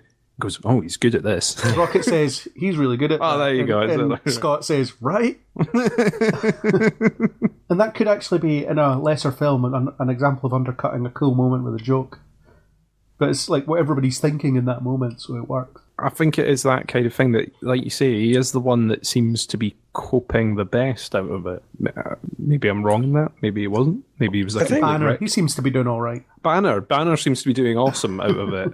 I mean, you know, we talk about the developments for Cap in this film, but like one of the biggest character transitions that you get in this is actually, you know, where you transition to Smart Hulk. You know, Dr. Hulk in this. Brilliant. So a discussion we had in the last one was a question that Andrew's wife had, was, has Banner destroyed the Hulk? Because we have spent a lot of time establishing that they are two separate entities, and now this version of the Hulk is Banner. There is no Hulk. Even when his soul is ripped out his body by the Ancient One, it's Banner's soul. The Hulk is not there. Don't let me go on without coming back to Captain America, because I've got something to say on that. But see, on Banner, this is the only character development that I would say is not character development. It's complete break. It is just a convenient jumping over. In 5 years, something really interesting and amazing happened between these two entities, and we will never get to see it. Because it's an unearned development where he's completely become at peace and is somehow harnessing the power of anger by not being angry at all anymore. So I agree that Hulk must be gone because he's not angry. He's never angry. He even has trouble being angry when he has to start going around twatting cars to look like the previous Hulk. So it's almost like this whole Jekyll and Hyde story has been completely surgically removed to be replaced with some guy who conveniently has superpowers and super intelligence. Yeah, so Banner has committed murder, in effect. Well, possibly, but we don't know because we need the subtle details of that in these 5 years that's occurred. How has he managed to retain the body by getting rid of the Hulk? Because presumably it can't even be as simple as destroying that personality because of the whole anger thing. So, I mean, again, to my mind, it's another one that you can't analyze because you want to kind of simplify it down to a pattern because that's what humans do. And I also search for that, obviously. But if you try and analyze the pattern, you can't find one. You come against a jagged edge and then a new pattern starting. Although, thankfully, Ruffalo still has a couple of films left in his contract, so we will see the Hulk again. And if the comics are anything to go by, which they probably should be, the real Hulk, you know, he's had it before where he's suppressed the Hulk, where he thinks he's got rid of the Hulk and he's able to control the brawn and all that kind of stuff. But the real Hulk always creeps through. He's always buried deep in, and he'll come back. Yeah. And maybe that'll be the subject of his next appearance, that you'll have the actual Hulk that's kind of buried under the Banner persona comes out to exact some kind of revenge. Hopefully. That's what I want to see. Because you never got the resolution of that tiff that we're having in Infinity War either. No, and that's the big problem, actually, because all of the other characters are given resolution. I think pretty much everybody is given an ending to their particular plot lines, except Bruce, whose plot line is just shaken off into the void and forgotten about. It doesn't get an ending because they've actually managed to discard the beginning. He is pretty much just a big green scientist with no origin story at all. And maybe they did that because they know he'll be back. Maybe. Yeah. As I say, I hope for what you've just suggested, I think that would be good to see it. And then it would actually say, now we saved one ending because we've got a better story we wanted to tell. And I would have to say, brilliant, you win. I'd definitely like to see it played out. I think it's one of the things that's missing. You know, we talked about that 5-year gap and what we'd like to see, and I think that's definitely one of the things that's in there. Yeah, well, the thing is, the Hulk is definitely a separate being to Banner. That is clear. When you get to Ragnarok, it's pretty clear that they are not the same person.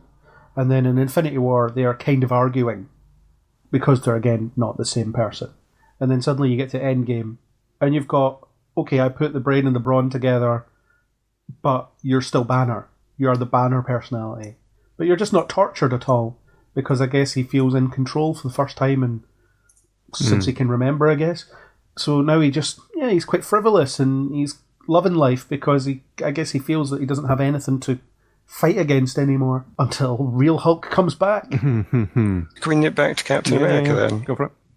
So, I say every other character does get their resolution, and clearly the final resolution for Cap is dancing with Peggy Carter, so I get that. But I think that does skip over Mjolnir, which is quite an important end point of maybe an implied plot line, even if it's not explicitly stated, because if you accept that he is now finally worthy, where he previously wasn't worthy, then there has to have been some form of character development to say, well, how did he get there and what was he missing? And I think it is implied through Civil War.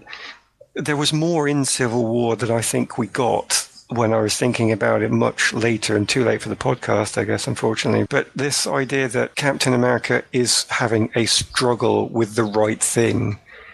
He has to go to Peggy Carter's funeral to make his mind up about what he thinks is the right thing. And before that point, he must therefore have been in some form of turmoil of whether he should or should not sign the accords, whether he should or should not take certain actions. And then he has the revelation at the funeral and then makes up his mind.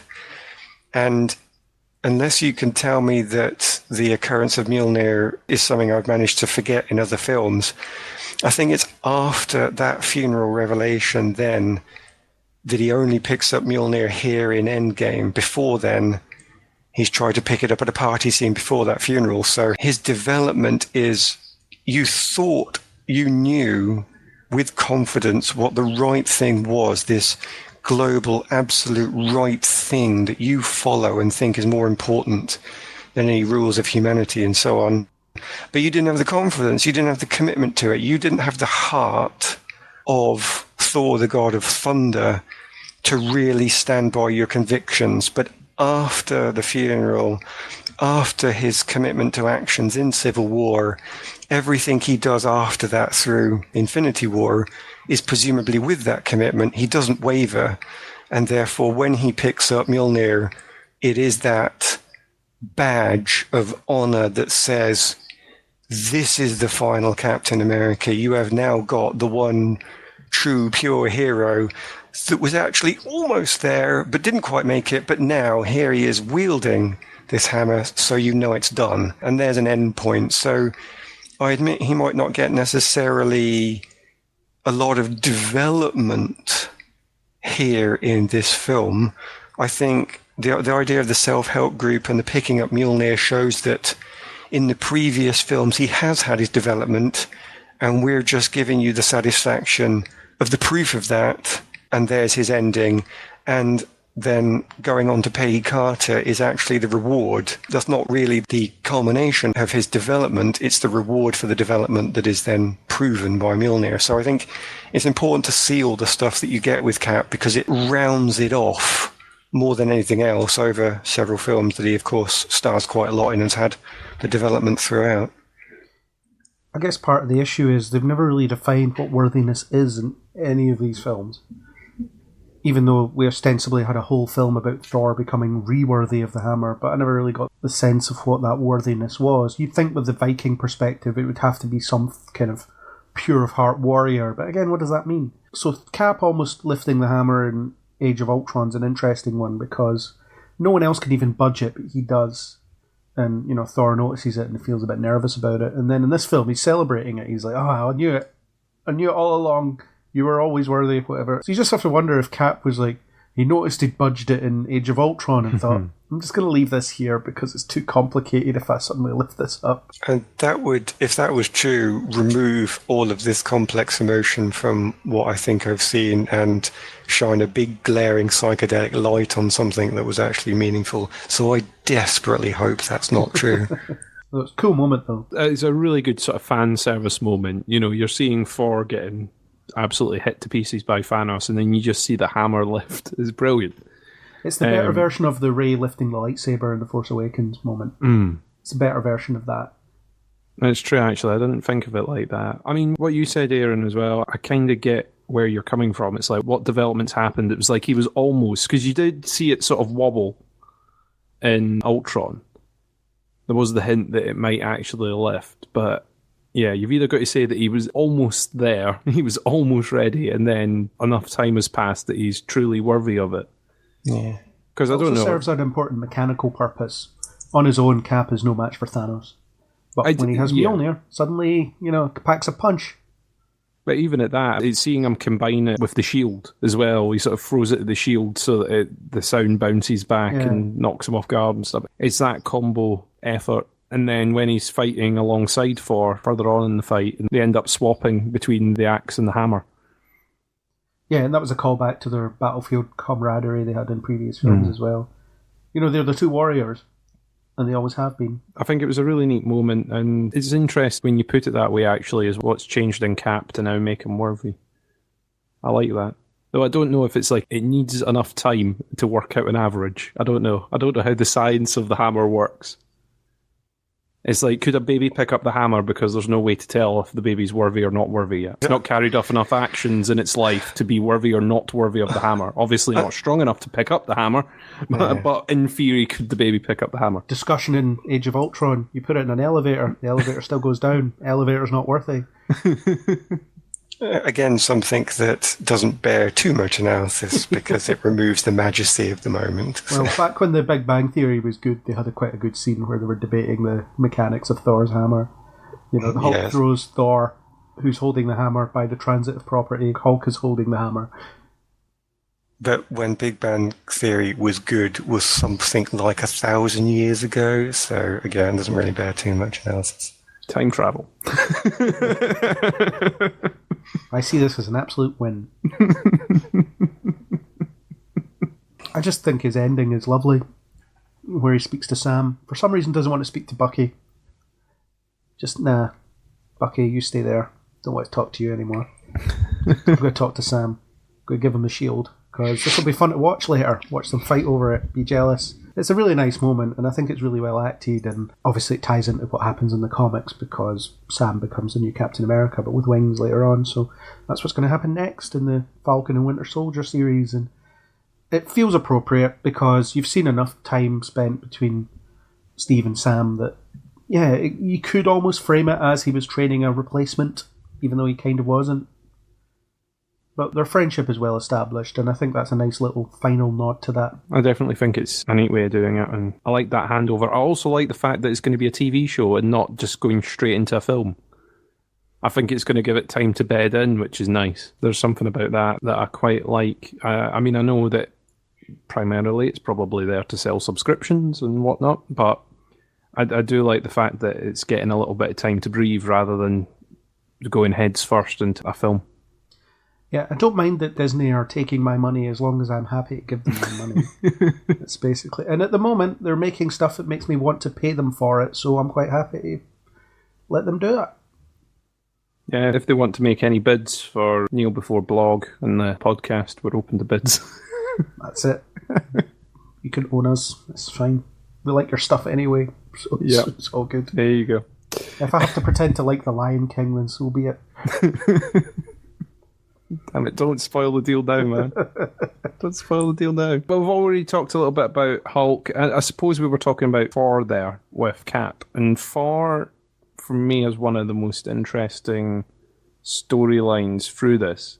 You can take him two ways in this, and people have argued either side of him being played for laughs, but also this completely tragic angle that you've got through here, where just everything has finally built up and broken Thor, where all the things that he's been through in all these films has all added up to what we end up with, this fat, depressed, alcoholic version of Thor that I just wasn't expecting in this film, I've got to be honest. The sight of Chris Hemsworth in a fat suit is funny. I've got to go for that right away.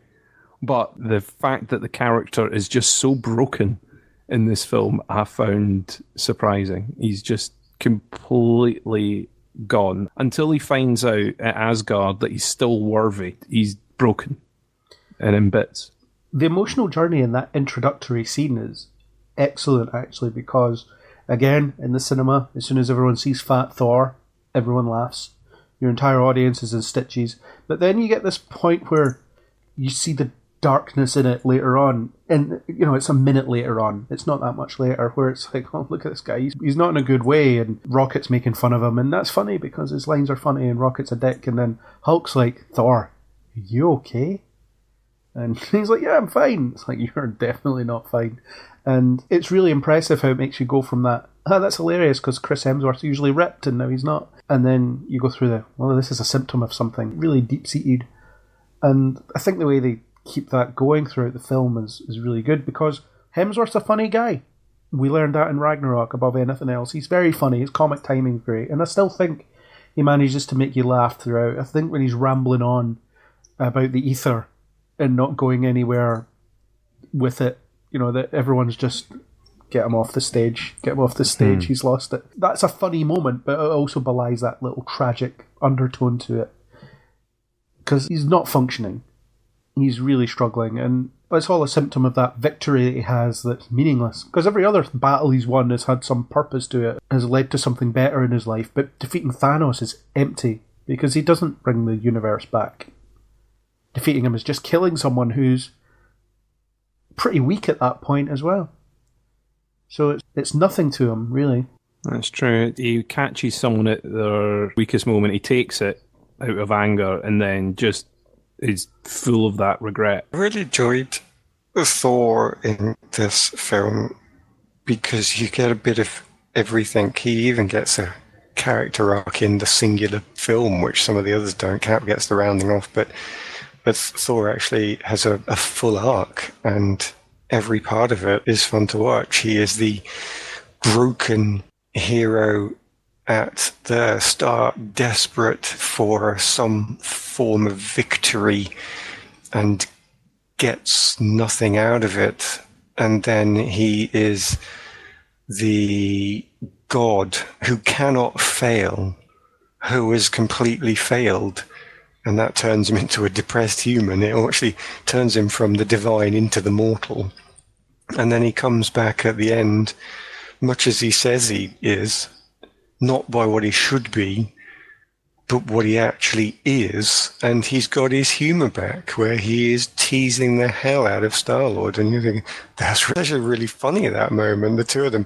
It's even funny just with Chris Hemsworth giving you a cheeky grin, which is then, enough to upset the person he's trying to upset. So the whole part of it is, as you said, some of these things are stunningly acted, just to get so much of a variation from one character in one plot from a singular film. And yeah, you see all sides of Thor in this one, with humour, tragedy, everything thrown into the mix. Very well delivered. And his conversation with his mother is very telling in terms of where he's at that point and how he feels about that loss. You never really got closure on that loss. Yeah. Because he never got to have a conversation with her because there was so much going on at the time. And it kind of redeems that film that you hate, Aaron, as well.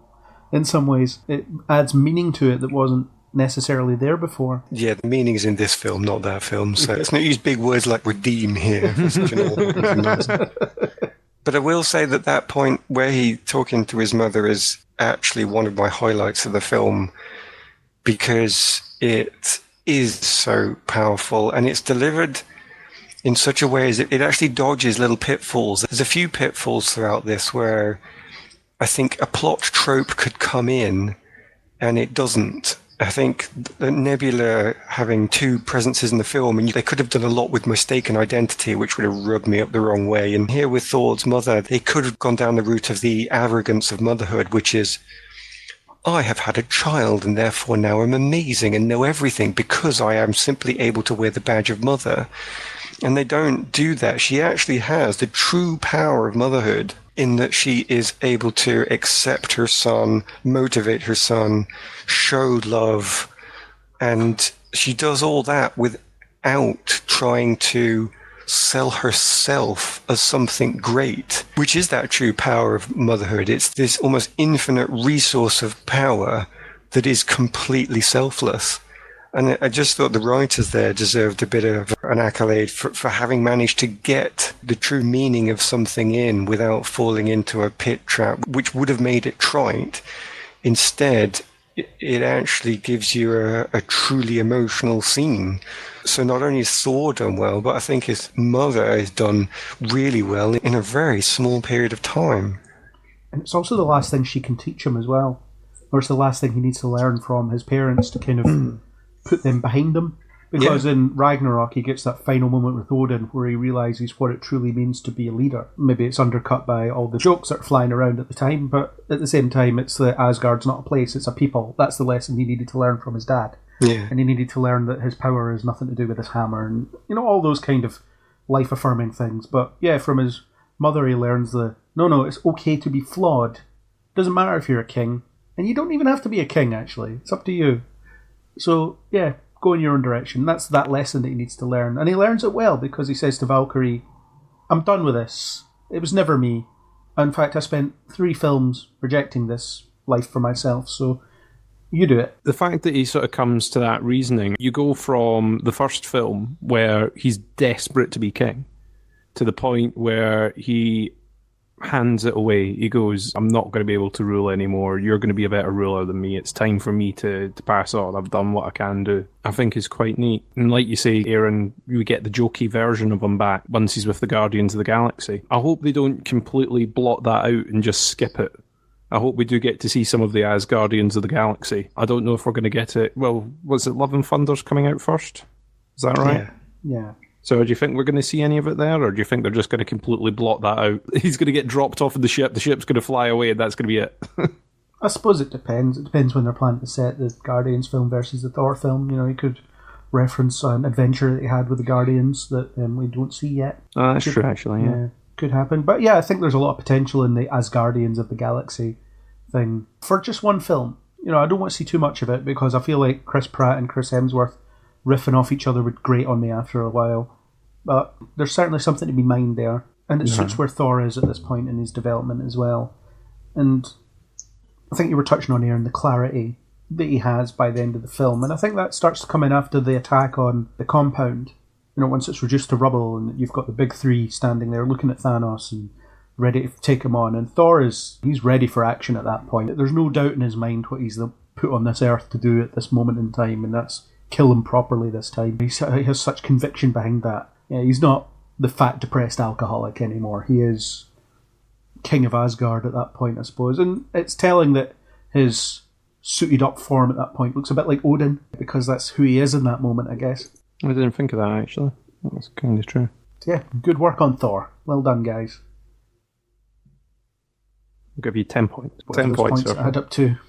We don't know. Prizes. Okay. We talked about Nebula in there as well. Aaron, you touched on Nebula, and actually on my rewatch, I was kind of caught by how well Karen Gillan did in playing 2 versions of Nebula.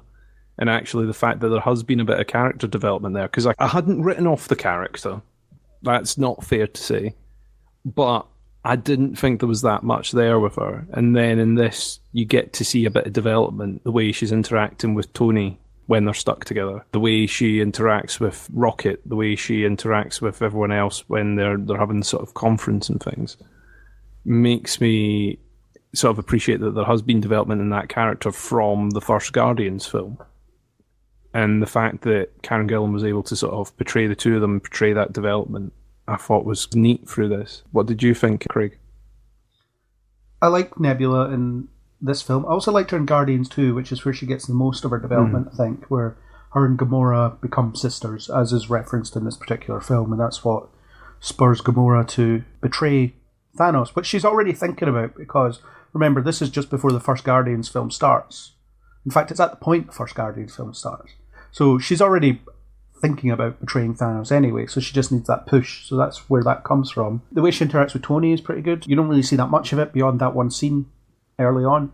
I really liked the relationship she had with Rhodey, even though it was quite short, because they had this moment where it's like, yeah, I use machines to like enhance myself, you're machine enhanced, we work with what we've got. That just a nice little connection that they just forged there. And I think she's used really well throughout, and I think Karen Gillan has come on leaps and bounds as an actor since her days on Doctor Who, and these films are a big testament to just how good she is, and I can't wait to see more of what they do with her in the future films, in the next Guardians film, and wherever she might end up. She was definitely an interesting character to see. She got a bit of comedy at the start, and then throughout she develops this thing that I think they've previously assigned to the early portrayals of the Hulk, this resigned tristesse they called it when Banner was shown. She's seen the tragedy of things and has found a way to accept it and move on anyway. So she's very well delivered and enjoyed every part of it. Black Widow, we should talk about. We've already sort of talked a little bit about how Nat handled the post-snap world, becomes sort of a version of Nick Fury, I suppose. She sort of takes that mantle a little bit of coordinating everyone together with fewer secret bases and fewer Avengers than Nick had available, and then ultimately sacrifices herself for the Soul Stone at the end. What did we think about that? Was it always Nat that had to go? Well, apparently the writers didn't think so. They get flipping on which one they were going to kill. So, well, it had to be one of them, and you knew that going in, because they have to go get the Soul Stone. And if they introduce some random loophole now, that's just going to cheapen it completely. You know, oh, Gamora didn't need to die because all you had to do was throw the Red Skull down the pit. Well, oh, that was an option? Yeah. Oh, Red Skull, I love you. Shove. Yeah, or, I don't know, just throw something that you love down there. You love your iPhone, away it goes. No. You get the Soul Stone. So, yeah, it was one or the other. And you knew that going in. And I like the line that Nebula has, where the Milano flies off, or whatever the ship's called. I think it's still the Milano. It flies off anyway, and coordinates are keyed in for Vormir. All they have to do is not fall out. So Nebula knows what's going on. And it was something we discussed in the last one, actually. There's possibly a better version of her death, where Nebula has spent all this time, she's known the Avengers, thinking about, if we had to go get the Infinity Stones, here's how we would do it. And she's identified who the best friends on the team are. And Hawkeye and Nat are obviously best pals. We've known that for quite a while, so they're a main candidate for one of them can die through a sacrifice that gives the other the Soul Stone. So a better version of that would be where their conversation would have happened ahead of time, and Nat was ready for it because she knew about it. And I suppose it could be, well, I've actually taken poison or something like that. You know, I'm going to die soon anyway. I think them fighting to see who gets to die is a bit on the nose. I think it could have been done a different way. But I also think the actual moment where she lets go is very powerful. No, definitely. There probably was a debate in there, and you get the hint that they've been talking about it for a very, very long time. When they do the wide shot, and it's Hawkeye looking over towards Red Skull going, yep, still here, kind of thing. How's it going? He gives him a wave and goes back to the chat, yeah. Yep, let's keep going with this debate. So I suppose the only way that's going to end is a fight for one to try and save the other. I don't know, because the thing is, like, you look at the other options of who could have went there and would it have had the same impact. Well, there's Nat and Banner. Nat and Banner is a shout, but you need Banner to click the glove later on, though I suppose you could give it to Thor to do. Well, it would still be Nat that dies in that scenario. You don't think Banner would jump off? No. Or if he did, he'd be like, oh, look, I survived. Oops, I'm the Hulk. No, I think you could have still had that scene, or a version of that scene with Nat and Banner, where Nat dies and then Banner goes back, because him and Hawkeye, they're the most visibly distraught. Everyone else is like upset, but they're the two that are clearly most affected. And you'd never get any real closure on the Nat and Banner relationship either. So that would have been an opportunity for that. And then you could have had like Tony Stark talk to the Ancient One, or anyone else really. I mean, you don't need Banner in that scene. That's true. But that's the only other pairing I can think of that would have actually worked for me. Steve and Tony, I guess. I mean, that would have been, too early. Yeah, Rocket and Nebula wouldn't have been enough. No, I think you're right. There's Rhodey not many and Tony? in there. Oh, Rhodey and Tony. None of these have the requirement that it's the thing you love the most. So none of them actually work. They're things that you like a lot, but none of them have the requirement that they're the thing you love the most. Yeah, sort of out of the characters that weren't snapped. Yeah, you're kind of... That's your lot, isn't it? There's no other pairing, and arguably I don't think there's any other choice on how it goes. I think it has to be Nat that goes over. It's her ending, because she talks throughout the film about what her life has become and what it was, and the two of them coming together is a bit of a plot device because there isn't anybody else that can fulfill that role of the two of them being together. And I think you have to accept the plot device personally, because the fact that it's a surprise makes it more powerful. If only because of what Doctor Strange says throughout. If I tell you what's going to happen, it's not going to work. The biggest decisions are made in the moment, and you can't plan for it. You can't get out of it. You can't think of some way clever. You just have to make the awful choice. And if they did something whereby, I've taken poison, mate, so I'm going over, I honestly believe that would have ruined the emotion of the moment. Because it's a surprise, because nobody can try and think of anything clever, all that's left is the gut reaction choice. One of us has to go over. Oh, and by the way, we've just had the universe confirm that we are the most precious thing to each other in some way. Well, that's a bit brutal, isn't it? As you just learn that actually given to you, now you have to, again, throw somebody over. If all of this is given to you in exposition, or even well delivered in a story earlier on, it doesn't have that heart punch that comes with realization immediately into decision. No choice, no working it out. You've just got to do it. So it's a plot device to get them there, but it has to be the two of them.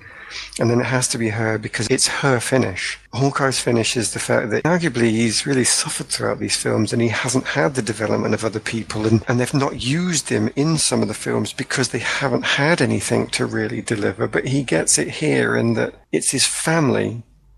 He's always been a soldier, and the payoff for that is that he realizes what's most important to him is actually his family. It's taken away from him with a snap, but then he earns it back at the end. And it's also payoff because he's the only one, so we're told, was able to forgive Nat for her earlier transgressions as a killing machine. He's the only one that saw something better in her, and he's the only one that was prepared to actually go out on a limb and give her the chance to prove it. And so when it comes to it, her finish is she gets to really prove it. She has arguably already proven it. She's become a better person. She's become a hero that saves the world. When everything goes to pot, she takes over Nick Fury's role, and she earns her salt as a soldier and as a commander. And you could say, you've taken on the right job. That is you showing that you can do this, but emotional endings to stories need to be more powerful than that logistical success of becoming a commander. It needs to be, I will show the universe that I have become a better person here, and what better way to do that than with the ultimate ending. So she has to go over. It is the finality of her story. It does prove that she has become a better person, and of course it leads to the saving of the day, which the original Black Widow would never have done because she was a killer. Now she's a savior. And the smaller development is, of course, that Hawkeye gets to go back to receive his reward of family. So it's kind of tricky how they get them there. But if you say, like I have already had to do so with the time travel plot, does it really bother me that they just had to get there? Nope. The payoff is so huge, then I don't really mind that it was a bit of a cosmic accident that it got them to the Red Skull. It was totally worth it. So what are your views on the lack of funeral? Because that's been a big talking point since the film came out. She doesn't really get a funeral. They have a quick chat by the lake and where they're kind of upset. You know, Tony Stark gets a huge funeral attended by everyone that the universe can muster, including that kid from Iron Man 3 that everyone forgot about. And she doesn't. And my view is it wouldn't be appropriate to have a big-scale funeral for Black Widow because that's not the sort of person she is. Although I do think they could have done it better than they... There's a YouTube video that I'll link in the show notes that talks about it in a really interesting way where it brings in something they did in Agents of S.H.I.E.L.D. There's an episode where... So in that show, you had the Mockingbird and Lance Hunter characters who were going to go off and do their own spin-off show that didn't get picked up. But by the time it didn't get picked up, they'd already written them out of the show and couldn't bring them back. So that's unfortunate. But their ending is really good because they get disavowed by the government. So they have to say goodbye, but they can't interact with them because if they're seen interacting with them, that opens up a can of worms. So what they all do is they sit around in a bar and they all send a drink to their table. And they do a toast, it's a quiet toast. And it's a really emotional, really powerful moment. And it's called A Spy's Goodbye, which would be perfectly appropriate for... I can't take credit for coming up with that idea because that YouTube video, I believe it was Nando V Movies, but it might have been Captain Midnight, one of the two. I'll link a video for the other one just to be safe. But that would have been a much more interesting moment for Nat, I think, if they went with something like that. So I totally disagree with that. No, I don't totally disagree with you. That's nonsense at all. I agree with the first thing you said, but not with everything that came after it, which was that she did get the send-off that you describe in a different way. And when you said something that reflected who they were, I said they. I meant, let's explain that pronoun. It's Hawkeye and Scarlet Witch both have a funeral for their partners, both of which have died in war conditions, so you couldn't have a funeral at the time. They have a private funeral for the two characters together by discussing them. And that's fitting because both characters, although had a great impact on the world, really interacted strongly with very few people. So an individual funeral is fitting for people who were quite individual in their relationships. They're quite singular in their relationships. I know there's Banner and Nat. I never really got into that myself. So the idea that it was almost an individual funeral for individuals who connected so singularly really suited for me. It was quite fitting. It was emotional, and it was the two of them discussing the very essence of what is a funeral, what is death to human beings. It is the people left behind, and those two are the people left behind, talking about what they wanted for their friends, lovers, partners, and what those people meant for the world, and specifically those two. And I would have hated a spy's funeral because it would have meant that Black Widow was a spy. And I think it fitted probably very well for the character you were discussing, because their particular character arc would have been the spy, the development of that person throughout their career as a spy, where they started, where they ended. Whereas Black Widow, her story in this was that she was somebody who was lost and didn't really have an existence beyond being a killer, couldn't impact on a human in an emotional way because she could only impact on them with a weapon. And then her end is somebody who could impact only emotionally, because it comes to that point, as you say, where it's not hitting each other with swords or weapons that is her final death. Her final death is somebody pleading for her not to die, and she just pushes herself off anyway.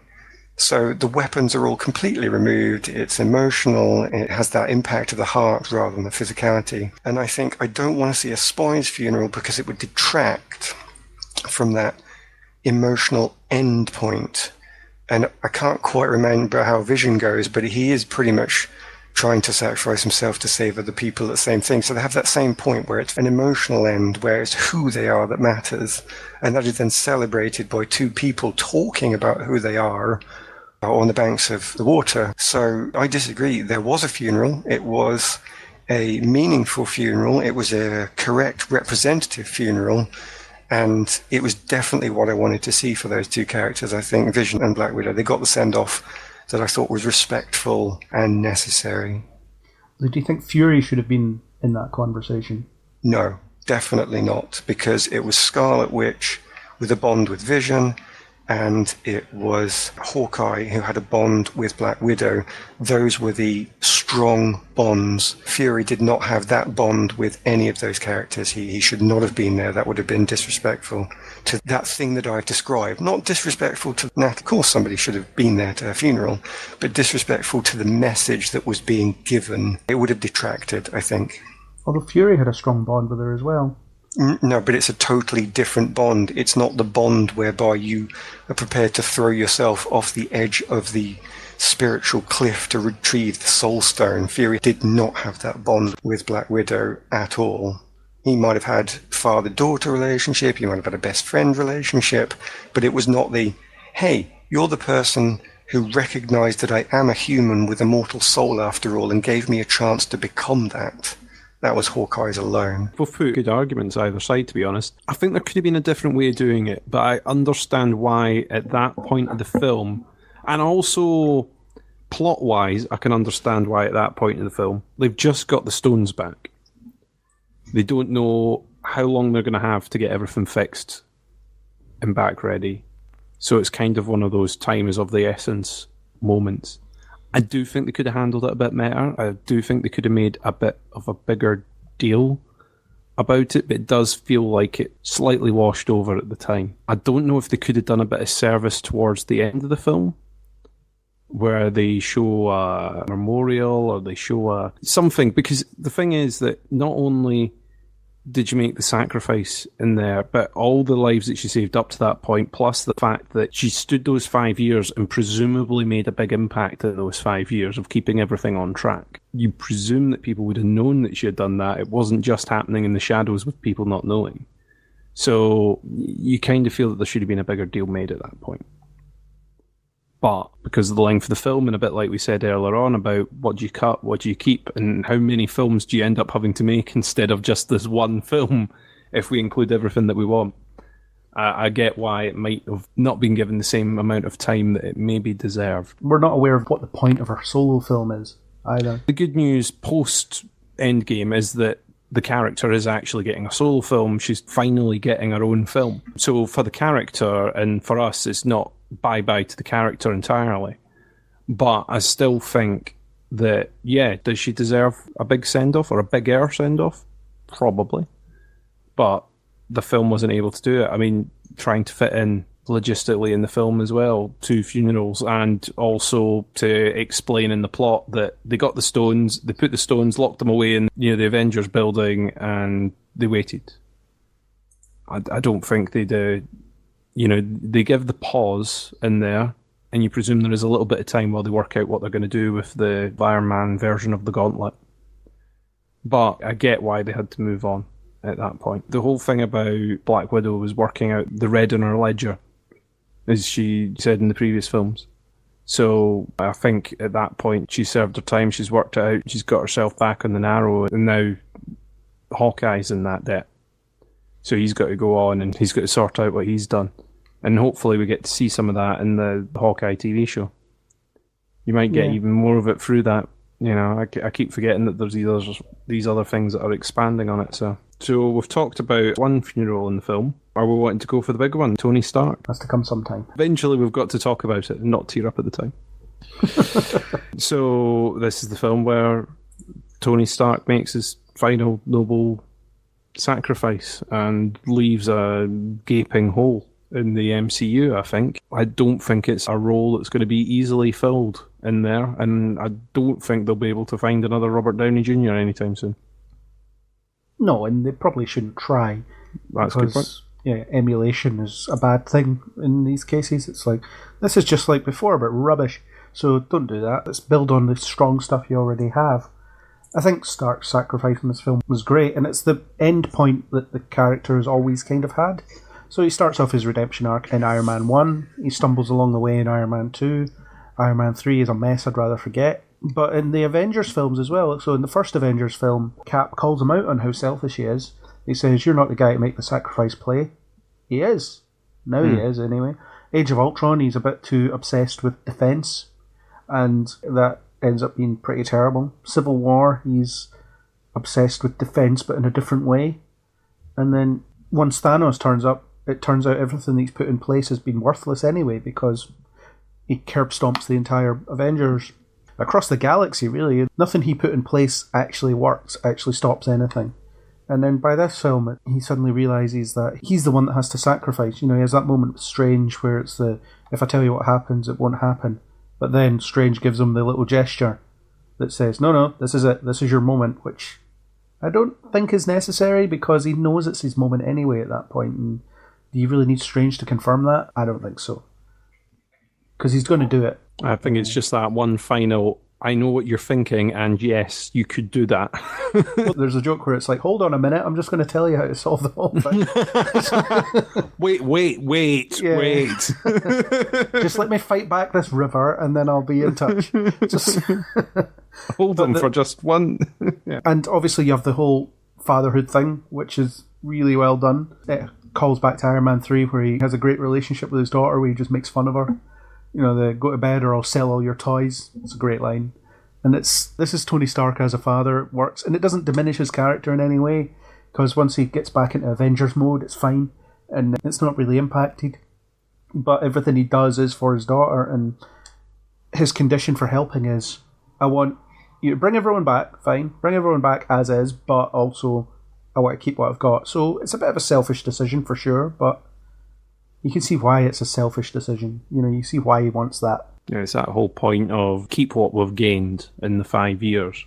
Yeah. Which sort of explains the just put everyone back exactly where they were 5 years ago, reset the clock, go back, because there have been some things gained in that time. There has been some development gained in that time. I would be really surprised if Love You 3000 isn't on a set of love hearts by now. You know, the little love heart suite, surely it's in there now. On that instead of like You Complete Me and all that sort of stuff. Yeah. Love You 3000 should be there. And actually I think the moment he has with his dad is, so that's the final bit of closure that he needs on kind of everything that he's been thinking about across his life. He's had this strained relationship with his dad, and then he gets to stand face to face with him, both as adults, both with what they've learned. Alright, his dad's not a parent yet at the point that they interact, but they're on a similar wavelength. You know, they've both transitioned into adulthood. The last time Tony saw his dad, he was a teenager, and clearly he misses that relationship and sort of resents him, or did resent him at one point. But when he's faced with him, I like the little line where he says, you know, he was tough on me, but I just remember the good stuff. And that's just such a human reaction to that. You know, any strained relationship that you might have had, once that disappears completely, you will just remember the good stuff. You know, that resentment will strip away. And it even ties in with that thing he says to Steve at an earlier point in the film where he says, turns out resentment's corrosive and I hate it. So it's very Tony Stark to just kind of push it aside because he doesn't have time for it in his life, especially at this point in his life. And that's what the interaction with his dad's all about. He gets to have that moment with him, you know, get that closure in that relationship. And that's almost like, I can die happy now, or resolved everything that I'm going to resolve. Because obviously there's always something.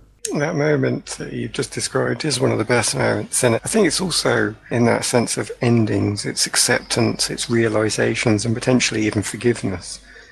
So it's the resolution of the father plot.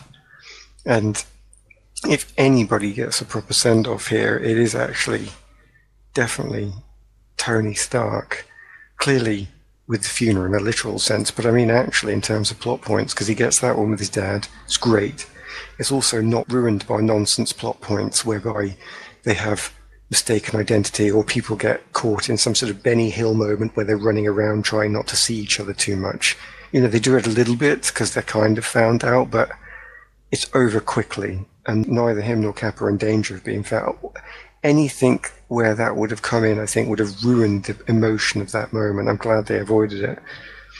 But you get all the other ones. You get him and the kid, as he describes, Peter Parker. It's the point where you realise how good an actor you've got in front of you, I think, when you can read emotions on faces, where they say they act with pure action, not with words. Because the look on Robert Downey Jr.'s face when he sees Peter Parker is back from ashes is heartbreaking.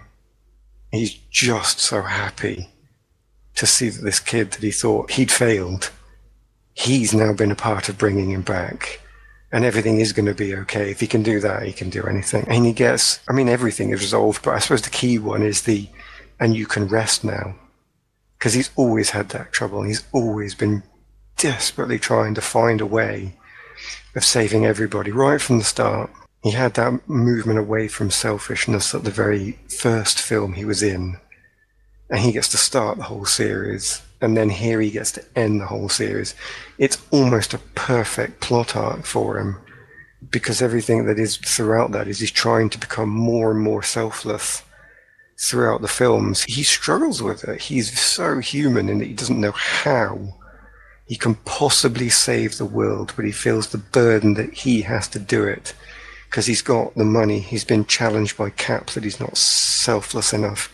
He's got the intelligence. He feels like he should be able to do it. And yet there's this constant failure and recovery, which is everything that is someone's life when you are the sort of person who does as well as he is. Only somebody who is capable of turning failure into success can become a businessman, can become an inventor, can become somebody who can save the world. And so he recovers from Sokovia Accords, from Ultron. He's desperately trying to fight his way through these because they keep seeming to slap him in the face every time he comes up with a good idea, and nobody will agree with him, and he can't find the way. And then that desperation that you see in Robert Downey Jr. as he is just railing at them all as he's rescued, and he's desperately glad to see Pepper Potts is still alive, but all he can do is confess that he lost the kid. All he can do is rail that everything he ever tried to do was swatted aside like a fly by Thanos, and it's all pointless, and how dare it be so pointless, he can't believe it could be.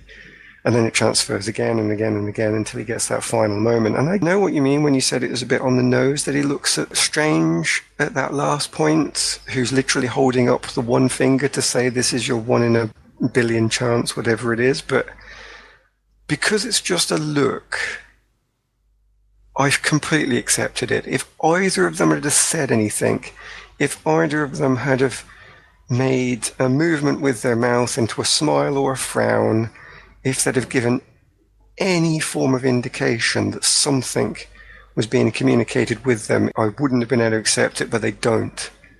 They just look at each other and they both know. And it's that acting without doing it. I mean, the idea that you can actually, as a director, as a writer, as two actors, convey so much meaning by two people literally standing still and doing absolutely nothing shows the power of that moment. So I was totally in on that moment because it was a nothing that gave everything.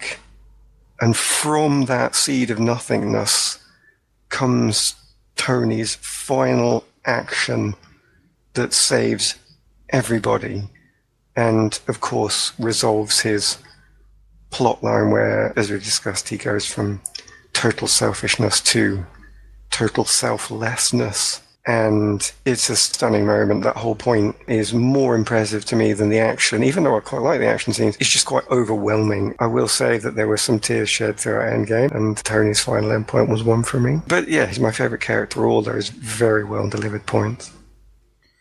And it's even just the little human moments in the back end of his death. You've got the bit where Happy's talking to Morgan and asking what she wants, and she says cheeseburgers, and it's that reference to the first Iron Man film.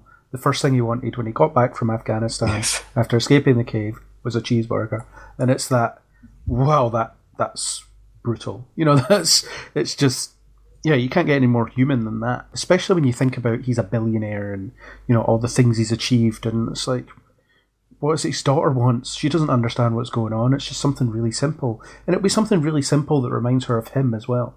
You can imagine that they've had cheeseburgers together and it's been a cute moment that they've shared. And when you talk about the inability to rest, it's when they come to him with the whole quantum realm plan. And the first thing he does is say, nope, go away. I don't even want to think about this. I'm happy with my life. And then that very night, you imagine, he's working on the problem because he just can't push it aside. That's not who he is. Yeah. And even Pepper gives him that permission to go away and do this because you need to do it. You'll never rest otherwise, and that's the callback. That's the you can rest now. Yeah. He even says, you should just throw this to the bottom of the lake. You wouldn't got to see this through now. You've solved it. They piqued his curiosity. He figured it out, and yeah. Yeah, and it's when he comes across that picture of him and Peter as well, where they're both doing bunny ears, which is, hilarious. But he comes across that picture of Peter, and he's been forgetting about him, I guess, or trying to forget about him in those 5 years, and he just can't. I mean, there's a picture of him on his kitchen shelf. So yeah, he can't forget it. It's one of those where Tony, and they do say it in the film, he's been luckier post the snap than a lot of others have, because he didn't lose Pepper, he's gained a daughter. He's gained a sort of peace, even though the world's fallen apart around him in that moment. And it's pretty much the opposite of how you'd expect Tony Stark to end up in a technologically bereft lake house. Yeah, well, he's escaped from it all. He's got out of the way. Now, presumably, at that point, Pepper is still running Stark Industries, but is Tony just staying at home, staying at the cabin, fishing, playing with Morgan in the garden? I don't know. Building her armour. Building armour, yeah. Because, you can't get away from that completely, I suppose. Yeah, it's one of those that you don't know how disconnected he's been, but then he gets the reminder when they visit. He gets the reminder when he sees the picture of Peter, and at that point he realises there were people lost.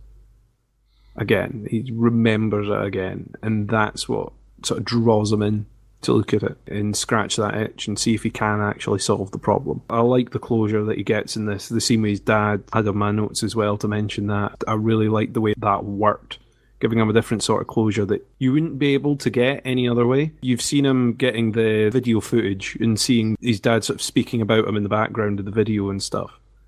That's about as close as you've got up to this point, where he's actually been able to speak to him and impart his own advice and speak to him as a fellow father. Not even a fellow father at that point, but actually pass on fatherly advice to his own dad. So, yeah, I really like that. I think he got a fitting end for the character, and I don't know how else they could have taken him out that would have been better than that. And it's the simplicity of the fix of his rift with Cap as well. You expected that to maybe linger on for a bit longer, because that's what happens in things like this. People fall out and it suddenly becomes this animosity, but Stark just comes up and it's like, I can't be arsed holding a grudge anymore. Can we just bury it? And Cap's like, yep, no problem. Let's move on. And then they never bring it up again. And then you have that bit where it's like, you trust me? And he's like, yeah, I do. And that's it. And it's that mature approach to handling your problems. It's been 5 years. It's been X amount of years since the Sokovia Accords. It's not important. They were worthless anyway. They didn't help anybody. They didn't do anything. So let's just forget it. And then they're able to focus on the larger problem. And that says a lot about Tony Stark. You've never seen him hold a grudge in any of the films with anybody. And there's no reason for him to do that here. So, yeah, he gets that resolution with Cap very quickly because the film needs it to, and because it makes sense for him as well. Yeah, I mean, on screen it's quick, and in real time it's that 5-year period. You see or longer, it's like 7 years. Since they fell out, that kind of thing. You see, he has a bit of the emotional breakdown when he arrives, and he has the speech and collapses back at the headquarters when he arrives back. And you see that he's still angry, still blaming Steve and himself, and kind of lashing out at that point because of the sense of loss he's got. They've been defeated. They've been beaten, not for the first time, but they've been defeated.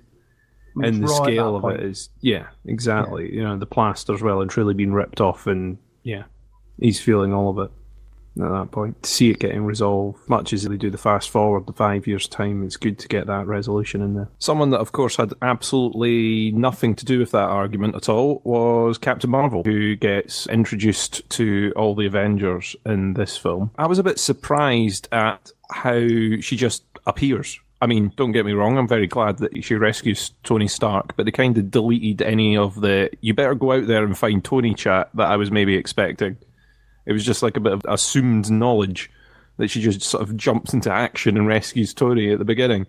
Do you think that was something that was cut for time, or do you think they just never had any intention of showing it? They were just going to use the post-credit stings to do it? I think cut for relevance is the most accurate way to describe it, because would you really want to see them having a 5-minute discussion about, here's what's happened, that half the universe is gone, You know that Nick Fury's gone because we've seen it happen. We don't know where Tony Stark is. Do you need to go out and find Tony Stark? I mean, do you really need to see that conversation? You've just filled it in yourself. What you've said there is your brain just filling in that gap. So I think the story motors along without you needing to see that conversation. Yeah, my thing with this has been sort of including bits and post-credit stings. Like, if you watched Infinity War, you would have seen him use the little bleeper thing, and that's about as close as you got to, oh, by the way, we've called Captain Marvel in to help out. And then you see how the pager comes into existence in Captain Marvel. Mm. So you can join the dots quite easily, I think. Albeit through post-credits. Yeah, well, I mean, if you're watching Endgame and you haven't seen the post-credit scene in Captain Marvel, then you're probably not as invested in the universe as some other people are, so I think they can make the assumption that the audience will just go with it. We'll do our research, we'll go on the wiki. We'll sort it out. Or we'll just be fine. Whoever this is, I haven't seen Captain Marvel, says audience member, but here's some random blonde woman flying through space who I bumps presume into Tony this Stark. is it. Yeah. I mean, Tony Stark can tell her, assuming the argument of she just randomly bumps into him, which is a bit of a stretch because space, not that small. Yeah, apparently it's really big. Yeah, apparently. Except in comic book universes where people just bump into each other randomly. So she gets on board whatever the ship is called and says to Tony, hi, who the hell are you? Where have you been coming from? And he says, can you take me back to Earth before I suffocate? And then that's it. And they all live happily ever after. Eventually. Except Tony, who dies happily ever after. Yeah, all that rescuing just for him to die. What a waste. What an absolute waste. How about you, Aaron? How did you feel about Captain Marvel's introduction? I didn't really mind the introduction, I guess. It wasn't really the largest issue I had with Captain Marvel, so it kind of paled against those. For an introduction, I think I'm okay that things are just unsaid on screen and are said off screen. Plus, the idea of finding him, I have to assume that there are such a thing as space lanes as there are sea lanes, as in the direct route from A to B is the most likely place you will find a ship, because there's no reason anybody would just head out into deep space if they were just traveling. So, yeah, it doesn't really concern me too much, I guess. Plus, she is effectively of godlike power, so she detects him somehow, and I'm okay with that. So compared to the plot concerns I had with that turning up, wasn't really much of a bother. Do you hint at plot concerns there? What were your worries with Captain Marvel? She served no purpose in this film, I think. Well, that's not true. She needs to rescue Tony and Nebula, and then once she's done that, there's no reason for her to be there in the grand scheme of things. You think that she's been introduced because they need somebody of a high power level to fight Thanos, but actually I don't believe in the plot as we've seen it. She was needed because arguably Tony doing the click at the end is what gets rid of all Thanos, so actually having her wipe out his battleship kind of made me think, well, should she not just carry on sweeping up? Because she can easily get rid of them all, and then everybody else can just focus on Thanos because she is that powerful. So it didn't really seem to have a great purpose. And she vanishes for lots of the film. Again, she's so powerful. I suppose potentially she helps them find Thanos. But again, I'm not convinced she's needed for that. The knowledge they could have cobbled together from power surges, Rocket, Nebula could have done that. Getting there, she went down and scouted. But he's no threat, so they can easily go and take him. I mean, they didn't know that, so maybe they think they need her. So it's not that logistically she doesn't serve any purpose, but it's plot-wise she doesn't serve any purpose because there's nobody there of a power level to require her to answer it. So I'm not quite sure what purpose she served. She wasn't in Infinity War, was she? So she's not needed for that reason. So it seems a shame to have to go through all this effort to introduce a really powerful character, because we really need a really powerful character, to then not really need her. And it's powerful enough, the ending, with Tony having to sacrifice himself to get rid of all of Thanos. And he could have easily clicked the battleship out of existence as well. She didn't need to solve that to allow him to do his bit, or it didn't seem so. Maybe I misread the strategy of that situation, but at the very least, I'm going to say she was underused for what she could or might have done. Well, she doesn't even do anything to help them find him. It's Rocket that delivers that information, because they ask her, do you know where he is? And she says, I know people who might. Well. And so she's going to go on a bit of a Thanos hunt, but she has no idea where he is. It's until, I guess, Nebula's there to give Rocket an idea of where to look. Yeah. And then Rocket looks and it's like, oh, by the way, 2 days ago, we detected the same energy that was used 22 days ago when the first snap happened, so he's probably there. And that's all you need. I agree that she's underused. I mean, if you think back to the Captain Marvel podcast, I had issues with her just being too powerful in that film. And in this film, it's the same kind of problem. That's why she disappears for so much of it.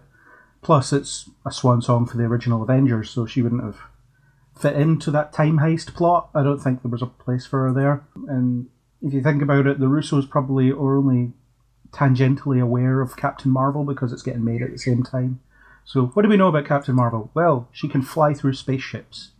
So that's what she'll do here.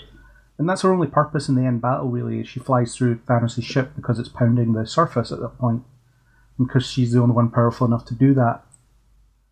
Plus, it's get everybody in, all hands on deck, why not? It's the final battle. It does get it. I agree with you, and I think I said the same in the Captain Marvel podcast. I do think the power levels with her are just off the scale, which is great in one way because it means that villains that she goes up against don't need to be more powerful or more fought through or more clever because they're not going to be able to outpower her, they're going to need to outsmart her. But at the same time, in a film like this, you go, well, why would you need anyone else? She can fly through a ship and just destroy it. Like Aaron said, given enough time, she would have wiped her way through that battlefield.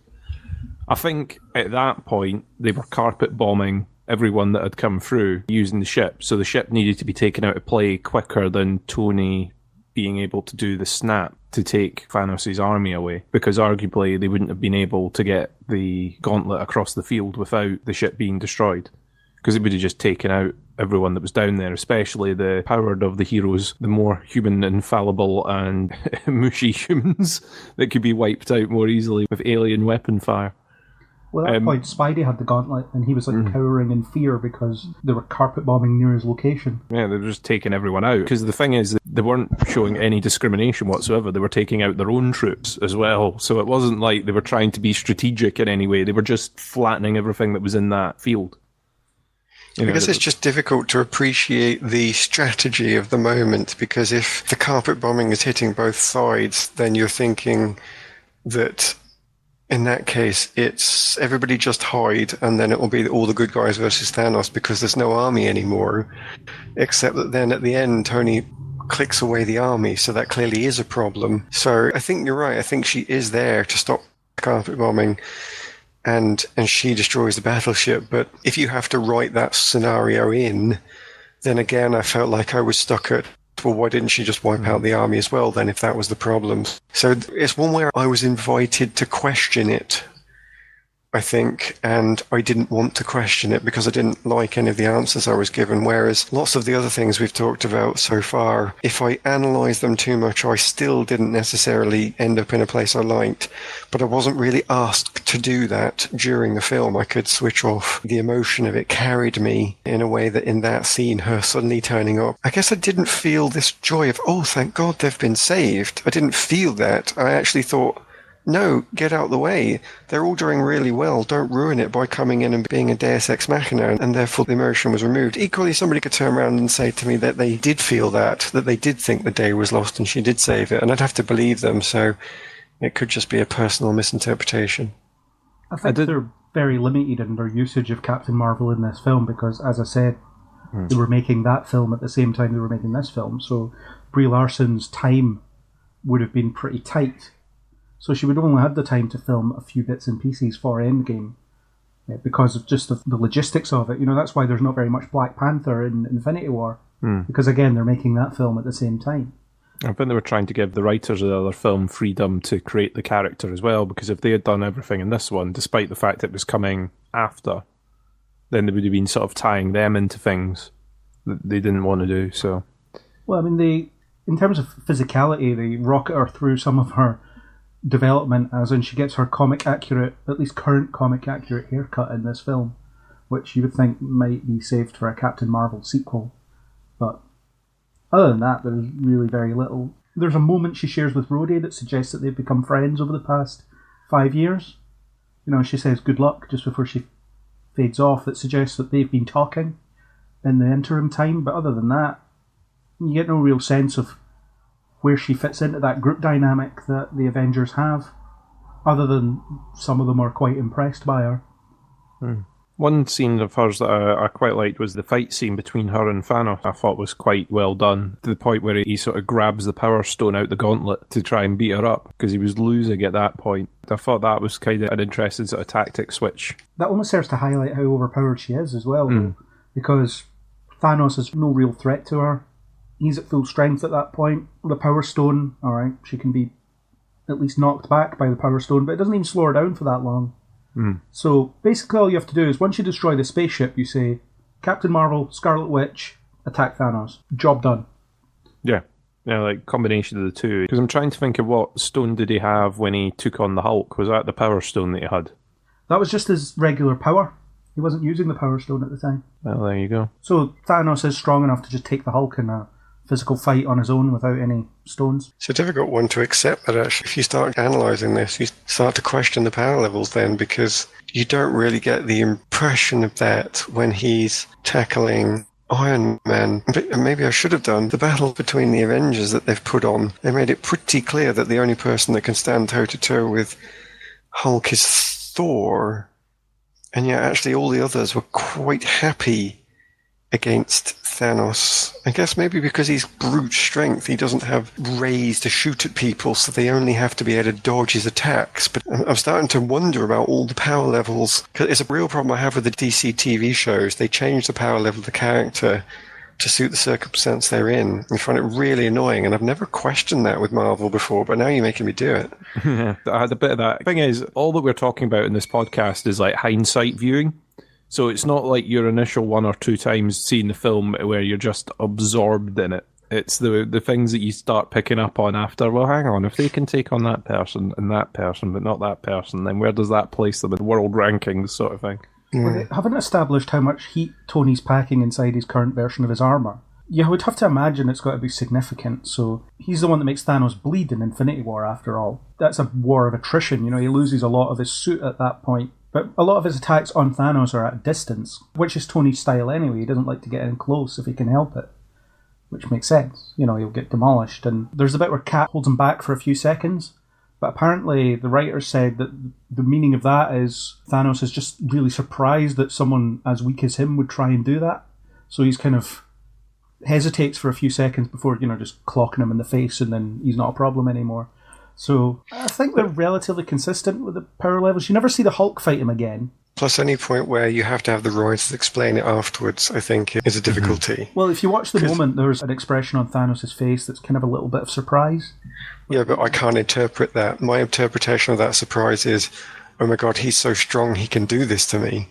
Because if somebody is intelligent and capable as Thanos, who can, in a moment, pull out the Power Stone and knock back the supreme power that is Captain Marvel, then why is he so taken aback by somebody who is just a soldier fighting like a soldier? It's a convenience. It doesn't make sense. Somebody like that should be able to assess the threat level in a blink of an eye and say, this is of no problem to me. I'm not surprised by this. I'm just going to defeat it. If the writers have to make that explanation and interpret the surprise into the particular type of surprise it is, then yeah, I think there's a problem there. I'm just trying to think of other Avengers that Thanos fights in this film. I mean, that's really it. He doesn't fight anybody else.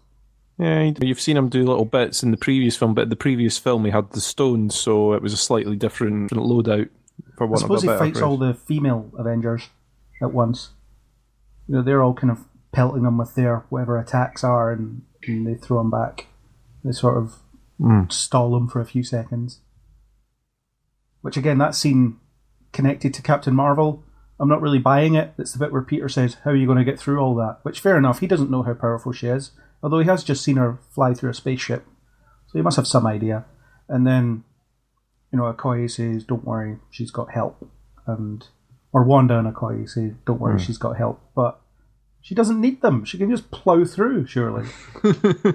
Or fly over. I don't know. Anything. It's a nice moment, and it's a bit of sort of, look how many female heroes we have and female supporting characters we have in these films. Or as the reaction has stated, look how little work we've done on our female characters up to this point. Exactly.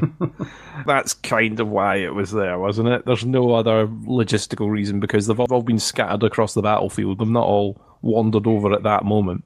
Yeah, it wasn't exactly the best for them to do, but fair enough. It would have made more sense had they been needed, I think. But yeah, when Captain Marvel just flown through Thanos' ship, then you know that they're not needed. Yeah, last person that needs help at the moment.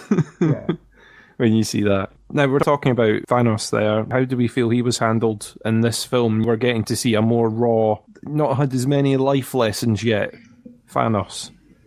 So, what did we think of that? So, I said in the last podcast that Thanos is a bit more of an MCU villain in this film, which is to say that it doesn't feel as roundly developed as he does in the previous film, which makes sense because the previous film's his film and this is kind of a earlier oppositional version of him. I think what they do with him is quite good. The way they kind of play up his intelligence works, where he's able to piece together what's actually happening through the other Nebula's memories, and how he's able to bring about his own plan. And then once he bombs the Avengers compound and then they fight him, he's just another villain. He's just another big brutish villain, apart from a couple of speeches where some of the stuff he says is kind of interesting. I like the bit where he talks about shredding the universe down to its last atom and then rebuilding it with nobody having any memory of what he's done, and he's creating this kind of perfect universe. And in some ways that's not a terrible idea, maybe. A grateful universe that's built from the ground up. I mean, I don't know what his vision of it would have been, but it would have been so funny if Thor or someone had been like, actually, that's a great idea, let's try that. It's one of those things that sounds good if you're surely, I don't even know what the right word is, but that sounds ultra-fascist or something, doesn't it? Let's just remove everybody's free will and create a grateful, supplicant population. I mean, it sounds like it's removing everything that all of the heroes have been fighting for through this whole 20-odd film set, isn't it? Surely none of them can possibly align themselves to that. Yeah, that's why he needs to be stopped. But it does sound less grisly than just wiping out half the life of the universe while having the other half remember that the other half existed. Does it make you wonder why he didn't think of that in the first place, going, God, everyone else is going to be really annoyed when I do this. But I suppose at that point he doesn't know that time travel's possible and people will try and undo what he did. If you remember back in Infinity War, his assumption was that they would eventually come round to the idea, because his experience has been he's wiped out half the life on various planets, and in those cases the other half of the population managed to thrive under the circumstances. We'll all turn around and be like Cap and go, oh, look at the pod of whales. Happy now. Yeah. He did get rid of the stones as well. After completing his plan, he did get rid of what he thought was the only way of changing everything. So that whole life goes on thing was, in his mind, the only solution that was available to the rest of the multiverse. And he's also willing to pay the price as well. As in, he's a broken shell of his former self when you first meet the Infinity War version of him at the start of this film. He seems half dead at that point. And it's not that his plan is selfless, but at the same time he doesn't absolve himself from the consequences of it, because he knows that he'll have to lose things and he won't be the man he was after he carries out his plan. But it's almost like, I can live with that because I think that what I'm doing is right. And that's what made him such a good villain before, because he doesn't see himself as one. That's all the best villains. I mean, we talked about that in Legion and everything else. You know, the best villains are the ones that don't think they're villains. I think he develops well enough in this film for what he needs to be. His film was Infinity War, so he doesn't need to do anything but be the villain in this one. But despite that, we still see two parts of him where he is the victor, and then the return to this struggling Thanos, the strategist who's having to find a way to make it occur. We really only need him to be a retired general for the first part, which he does really well, and then an active, striving general in the second part. So you get a bit of a mix, and he is clearly showing off his intelligence. I mean, Craig, you've already said that, but then he's also got his ability to think round the problems of the day, survive in physical combat, do army combat. So I think he provides the obstacle that's required for the plot.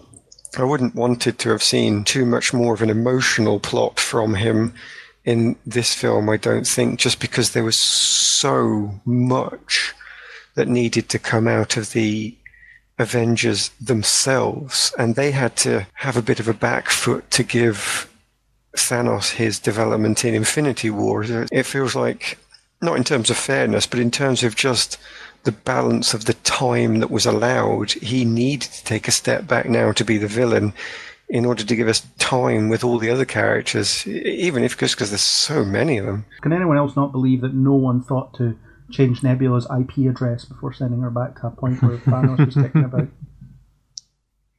I mean, if we did have a sponsor, this would be the point where we'd bring in the VPN sponsor that we have. It's like, if they'd installed a VPN on Nebula, then we wouldn't be in this mess. And why did it work one way and not the other? I guess there was nothing worth watching in the other Nebula. Yeah. It was like, she didn't get much of a warning. And then she already has those memories. And she got her mobility back. The bit I didn't get when Nebula, she got her mobility back. She was able to run to the ship to go to the radio and try and warn people. But she didn't just hit the watch and disappear. Yeah. Because it's like, they stop her hitting the thing and disappearing, but there's no reason that she couldn't have disappeared when she got her motor back. Yeah, other than she needed to be captured so that... other than plot reasons. Yeah. She needs to do something silly at this point for the plot. I guess at that point they're just banking on the oh crap part of it resonating enough for you to just go with it. I mean, why is the pod there in the first place? They don't need it. Yeah, I don't know. I suppose it's for if they needed to meet up for some reason, or... You can tell why they need the ship, but they don't need the pod. Again, nitpick. Nitpick, yeah. At that point, I was like, why? Because at first I thought they stopped her being able to move, so she wasn't able to escape. And then they did oh no, actually she can move about, it's absolutely fine. I'm like, well, at that point you just hit the button and you vanish. You're not going to be caught. Yeah. Does she need to return all the objects? Because if she didn't return them, there would be some sort of alternate reality created. I mean, I'm digging a bit, but... Well, there's already an alternate reality created because they've already taken the Power Stone. Yeah, they've knocked Quill out and he didn't get the Power Stone, so they've already created their... Oh no, but they solved that by immediately giving it back to him so he doesn't notice, in theory. Yeah. So there's nothing else that needs returned, really. She's about to just go back at that moment anyway, until she just spasms because of them accessing her brain. She's about to press the button, it's just the instant before she does it, she's affected. I'm only playing devil's advocate, I can't think of a good reason. As you say, the plot force took over. Although how funny is it when you see a recreation of the iconic opening from Guardians of the Galaxy, that was funny. And then it's just Chris Pratt poorly singing along to his Walkman. No, I did like that. In fact, I liked that quite a lot. In a lot of this, you get to see that from Chris Pratt, but you also get to go back to the Battle of New York as well. You get to see a lot of recreations, and they did quite well at sort of redoing sets and things. I don't know how much was like, well, I think a lot of these things are CGI in the first place. But I don't know how much of it was like superimposed and how much of it was them having to go and rebuild sets from the previous films. Well, there were set photos of the Battle of New York recreation. It was just the rubble and stuff. So they at least recreated that street or that alleyway they were spending all their time on. So yeah, definitely did that bit there. And then I don't know about a lot of the Stark Tower stuff, if they just built the corner where Iron Man was standing, or if they had to redo a lot of it to expand on it. I don't know. Well, when I was rewatching it, I noticed that in the first Avengers film, Cap's costume is pretty badly banged up. Because, he's been in a fight, whatever, but it's pristine when you see it in this film. Does he get changed? I mean... He went away to get changed, and then he ended up all scruffed up again for going for shawarma afterwards. Yeah. Little bits like that, isn't there? There are little bits. But I did like re-seeing that. I thought that was well done. Yeah. Time heist stuff was good. I loved it. And it gives you that opportunity to get Thanos back in Guardians of the Galaxy era, which is probably when he's at the height of his power. Without the stones, that is. That's true, but it is that thing where he's more raw at that point. You don't see elements of that character development that we got in Infinity War, or that you feel's happened in the run-up to Infinity War. This is the one that Gamora hasn't betrayed him yet. Ronan hasn't tried to betray him yet. All these different bits that have happened through the films. This is him, like you say, at his peak, minus his stones, but just full of that sort of raw anger and ambition that he's got. Yeah, and his defeat's really well done as well, where he just kind of accepts it once Tony does the snap, and he watches his army disintegrate, and he just kind of calmly waits for his own demise. I think that says a lot about him, because it's almost like knowing when he's beaten, and I guess accepting that he was beaten fair and square, maybe, because he is honourable in his own way. Yes, I mean, I found it strange. It was when he was sitting waiting, when they first land after they've blown up the Avengers base. And he just sort of sits there waiting, going, no, they'll come to me. I mean, you can do a different reading of that conversation where it's like, bring me the stones. It's like, what are you going to do? Wait. I'm going to sit here. You lazy scum. Send my minions. Pick up the stones for me. Thank you.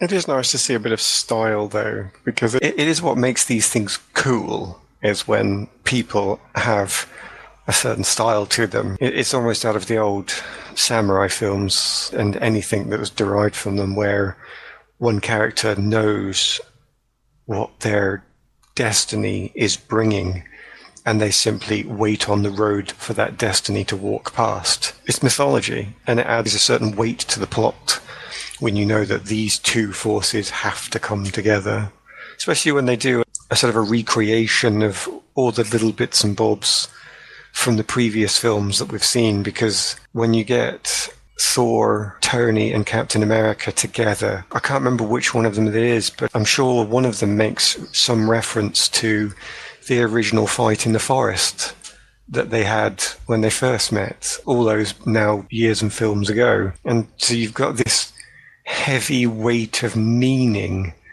hanging in the air around them all as they wait for their own destinies. And as I say, that gives it a mythic, a legendary quality that this final film in however, 10, 12-year series has been building to. And that was most welcome, I think. You could really sit back and just let it wash over you when it has that weight. Well, seeing the aftermath of the Battle of New York, this is where it all began, isn't it? Basically. I mean, it all began in the first Iron Man film, but in terms of the interconnectedness, this is where it all first ever paid off. So getting to see that era again is a really good thing, because it does remind you of, oh yeah, it used to be like this simple. Like, remember when this was the most exciting thing we'd ever seen, and how is it built from there? I mean, it's night and day how far it's come. So to see the beginnings of that experiment paying off is a nice symmetry, I guess. No, definitely nice seeing it come full circle in the way it's developed, the way the original actors have all treated it, and the way all those characters have changed as well. It's very neat. That's the advantage of these films running for as long as they have. Much chattier Hulk back then when we thought, though. He doesn't like the stairs. Who can blame him? Poor Hulk. And they dial into some of the kind of fan reactions as well. You've got Cap's costume in the first Avengers film, where a lot of people, including myself, said it's probably not the best thing he's ever worn in live action or in the comics or whatever. And Tony's like, oh, look at that. That's ridiculous. That suit does nothing for your ass. And then, of course, Ant-Man, ever idolising Cap, comes to his defence. And then it gets paid back again by Steve later on. The bit that just finishes it off nicely. You don't see much of the 2012 Cap, but the bits you do see of him, he's quite corny. We all know he wasn't, but he does have that kind of capability as in being old-fashioned and stuff, whereas this version of Steve, he's learned how to swear, for example, which is something he didn't know how to do. Finally, so Steve, ago. Finally. Yeah, or he's become comfortable with swearing, which, as far as at least Age of Ultron, he really wasn't. Even Loki makes fun of it, I'm going down to coordinate search and rescue, and I have eyes on Loki. It's the militaristic, cheesy delivery to contrast with this current-day version of Cap that's learned so much and loosened up a bit. Because he was uptight back in the Avengers days. Or at least more so than he is now. definitely. Okay, well, I suppose that brings us on towards the action scenes that we enjoyed in this film. We've already talked about them recreating the Battle of New York. We also got the Cap v Cap fight and get to see corny Cap v modern day Captain America. What did you think of that? I thought it was really well coordinated because you couldn't really tell who was the double at some points. Obviously, when you're getting a face shot, you could tell, but I thought it was rather neat. Yeah, the 2012 version's wearing the cowl for a reason, probably. It's easier to paint it out, but considering what they're capable of visual effects-wise, having someone fight themselves isn't a big deal. It was a cool fight, very brief, but I liked the way they did it. Although, I couldn't help but think that the current day version of Cap shouldn't have suffered any issues because the version from the Avengers timeline or time period hasn't learned all the sweet MMA stuff that Cap was exhibiting in Winter Soldier. So it should have been a bit more cut and dry, I guess. But it was still fun. He did flatten him out eventually and get there. To use the scepter, though. Mm. And the weird thing about the scepter is they give that back to S.H.I.E.L.D., and then they take the Tesseract, or they would have, had Loki not nicked it. So they're going to give the scepter back to S.H.I.E.L.D., but at the start of Age of Ultron, they've been hunting for the scepter. So why were they giving it to S.H.I.E.L.D. to just want it back a couple of years later? I don't know. Didn't pay attention to its importance at the time, I'm guessing. Or something like that. Who knows? Because in the Avengers, you just assume that it was lost or slipped away during the carnage of the aftermath. But in this, it was just, no, we're keeping this, but you can have the Tesseract. Don't you want that back as well? Because it did belong to Loki. I mean, you need it to be kicking about so that Age of Ultron can happen still. Any other action scenes that come to mind, Craig? Well, I don't know. I quite liked when Rhodey knocked out Quill. That was quite satisfying. I mean, it's kind of an action scene. Very short one. Yeah, a little short fight, yeah. That's good. I mean, I suppose we've got to mention the final battle, haven't we? We've got to go for that. I liked Martin's fight and then re-fight in Tokyo. That was cool. Oh, that is true, actually, because that was kind of... Was it done one shot? Or some of it was done one shot, wasn't it? But it was sort of... You could see the shadow moving through the building and smashing people through glass windows. And not including the opening brief action scene, it's the first one in the film. Yeah, that's true, actually. About an hour in. Or not quite, but 40 minutes in or something. Yeah, it was a good little bit, that. Showing his ability as well, because we've not really seen him break out in quite a bit. Yeah. Not been given enough to do, but thankfully that changes in this film. But yes, the final battle. Starting with the big three, Thor, Cap, and Iron Man taking on Thanos on their own, which of course leads to the Mjolnir lifting moment, which... just an amazing moment. I should have had money on that in the pool that we did pre-Endgame. It's all those things you think, of course they've done that. Of course they've done that and they've paid it off in this film. Well, I didn't think it was going to happen because I thought Mjolnir was gone, so I didn't think it was going to come back. That's true. If you didn't know it was going to be time travel, which we didn't, to be fair, going into the film, though it was suspected time travel, but wasn't confirmed time travel. Yeah, so that's all good. And then you get the bit where everyone's kind of defeated and Cap is forging on. He's going to take on an army by himself because that's Captain America. That's what he does. He refuses to give up even though it means certain death, and then everybody turns up. The Portals moment is probably one of the best cinema moments of my life, never mind this year. It's that culmination of 10 years of development, that we earned this moment. In the same way that we earned the I'm always angry moment in Avengers. That's like that dialed up to 1,000 or 3,000. Let's say 3,000. And it's the, hey, look at everybody else trying to build a shared universe. We've worked our way up to this point, and you love it because we earned it. You know who all these people are. Here they all are, in a line. Cap finally says Avengers Assemble. It only took him 10 years to say it. Yeah, and it's on. Like you say, it's like an earned moment as well. It isn't just thrown in as a token thing. It's like it genuinely works because it's the big relief thing. And part of me also forgot that all these people had been brought back. It's like you're looking at Cap that fight by yourself and then you're like, oh, hang on. Yeah, of course they're all back. It does a good job of making you forget that because it immediately goes to hell. After the snap happens, immediately the compound is reduced to rubble. Yeah, it doesn't cut to them arriving back or anything like that. You get the Portals moment. but you don't sort of get any hint of that before then. Yeah, brilliant. Really, really Thanos good. manages to blow up a building without killing a single person. Well done. Great weaponry there, guys. Yeah, but they must have been deep, deep, deep down within that building, weren't they? No, you see that they've got the little garden outside, actually. You're right. So, yeah, they can't be that deep next down. to the window at the time. You know? I guess they led me to the points that I didn't necessarily think about the Avengers Assemble thing, but it was obvious when you get your lines that, again, call back on the previous. On your left it was a classic one, and I'm glad they opened with that. That was the right starting point, I think. Simple, effective.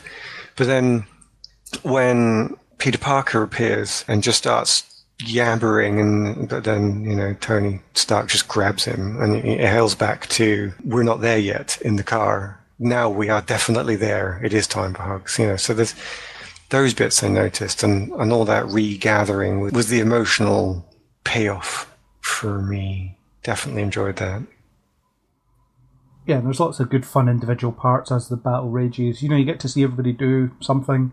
If you go back and watch it frame by frame and try and track an individual character across what they're doing, then, I'm not going to say they've done it right, but you could probably track what they're up to in the background. Although I'm wondering what Spider-Man's swinging on when they're heading into battle, because there's nothing above him. Well, there's all the drop ships from the battleship, and plus there's enough rubble. Yeah, just hanging in the air. That's always kind of a problem with Spider-Man. What's his webbing attached to? And there's also a bit with a duplicate Giant Man as well. It's where Scott and Hope are inside the van trying to hotwire it, and then the next shot you see Giant Man in the background. Some shoddy editing going on there, but never mind. Maybe a re-edit where that's been sponged out. Yeah. Well, it'll be when the post-Sony Marvel breakdown version edited where they just cut Spider-Man out. For some reason he doesn't come back. Everyone but him. And then you just don't watch Far From Home, and then that's it. It's fine. Yeah. Watch the films in the following order. Yeah. No, although he gets more to do than some others in this battle, which I guess is maybe a clause in the Sony contract. Yeah, maybe. I mean, the thing is, it's because he's been essentially edited out the rest of the film, so maybe it was a deal, something with Sony going, right, okay, well, if he's going to be edited out the majority of the film, then you've got to make use of him in the battle. He gets that moment with Stark, which is fine. You do want that. And then he gets to carry the gauntlet about. He gets to piggyback on Valkyrie's horse.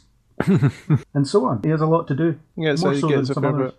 I mean, I think the problem is that when you've got so many characters like that, how do you give them all their moment? I think they all got a little cool scene each, but they didn't get as many as each other, definitely. Well, the Quill Gamora reunion is quite funny.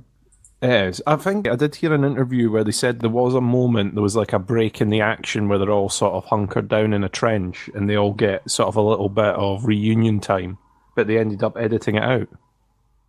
Yeah, I wonder if it's on the Blu-ray. It might be. It might be one of the scenes that they've sort of done. But I think what they said is it would still be sort of green screen and whatever at the moment because there would be so much that needed to be edited into it. Yeah, I can imagine something like that would break the flow of battle. It's like, we're going to stop for a chat, really? I mean, there are some moments where they do stop for a chat, such as Stark and Strange. Yeah, they seem to have kept in what they needed. You wanted the Quill Gamora reunion. You wanted to see Peter and Tony reunited, especially after the end of Infinity War, the way that scene went and sort of tugged at everyone. So you really want to see that being closed. But difficult. I don't envy people when they're trying to write so many people into the scene. Should have looked just unconquerable at the beginning. I think they do a remarkable job of it, despite the fact that we've found like odd little nitpicky bits in it. Overall, it's very impressive because it could have just been an absolute mess. Yeah, every character, something cool to do. That's it. Every character needs a moment. Every character needs a cool line. Every character needs to get a one-on-one fight with Thanos. Even with Thanos' henchmen, you don't really get that time. You've got Maw in there and the other ones that I can't remember the name of. They're all floating about as well. They don't really get their time. They got their little moment in Infinity War, and you see them sort of in the background on this, but they don't give you much else. Yeah. And I think for the purposes of a large-scale battle like that, it works really well. I think it really helps that you know everybody on one of the sides. And then you have enough of a grounding on who's on the other side. So you've got Thanos there, and you kind of know his henchmen, they're sort of there, you know them. I mean, they don't really do anything in the fight itself that's in any way memorable. But at least with all the heroes, everybody you've met before in other films. And then you've got the backup magic people, the backup Wakandans, because you need an army. Because there's another army. And as many characters there is in the MCU, you still can't hope to take on an army like that with, I don't know, I don't know if anybody's counted how many characters there actually are, if you include everybody, but all the named characters, certainly. They wouldn't stand a chance on their own against an army. So having the Wakandans and all the Doctor Strange magic people is fine. No, Just the poor Netflix boys get left out. I know, I would have liked to have seen the Netflix folk pulled in there, even just for a little thing. What a good moment that would have been. Yeah. Just there's a deleted scene where the Defenders are all standing around waiting for a portal to open that never opens because Doctor Strange forgot about them. Yeah. Post-credit scene would have just been Agents of S.H.I.E.L.D. mopping up. That's what you need. Anything else in action? Standout moments for you? I could talk all night about how awesome the portals and all that stuff is, but it's great. I mean, it's, like I said, one of the best cinematic moments of my life. Just epic. Epicness. Aaron, anything else from you? No, I think we've covered the action pretty well. Awesome. Well, in that case, I will let you all go to your respective time zones. Aaron and me have got a lot to catch up on after our blip. Yeah, you won't believe all the TV you've missed in the last 5 years. I know. I've got a lot of Arrowverse to catch up on so that I can record those podcasts and send them back in time. Mm-hmm. Definitely the way this is going to work. Craig, thank you very much for joining us. Thanks for giving me the night off hosting. Yeah, and you get to talk about it all over again. You get 2 chances to talk about it. You've got so much to say. Let's hope there wasn't that much overlap with the last podcast. I think we've covered everything. And Aaron's obviously got to go off now and work on his symposium on time travel. Oh God, yeah, I've forgotten that. We look forward to reading it in the future or the past or, in fact, right now. What was the proviso I put on it? I would only do it if... I can't remember. It was only an hour ago. Yeah. And yet, I can't remember what I said. And yet, it seems like it was so long ago. Well, when the podcast goes up, you'll be able to re-listen and then that'll give you your marching orders. Yeah, you'll get it all there. Speaking of which, if you're listening to this podcast on your favourite player of choice, remember to subscribe and leave us a comment of what you thought. Leave it all nice and polite, otherwise we'll cry. If you want to find us online, you can catch us at facebook.com/NeilBeforeBlog, all one word, and also on Twitter, we are at NeilBeforeBlog. Thank you very much to Craig. Thank you very much to Aaron. I have been Chris McCrell, and also thank you to a guy called Neil who made this epic music, which is playing right now behind me. Definitely. Thank you, Neil. You make me sound even more epic than I did when recording this with no epic music.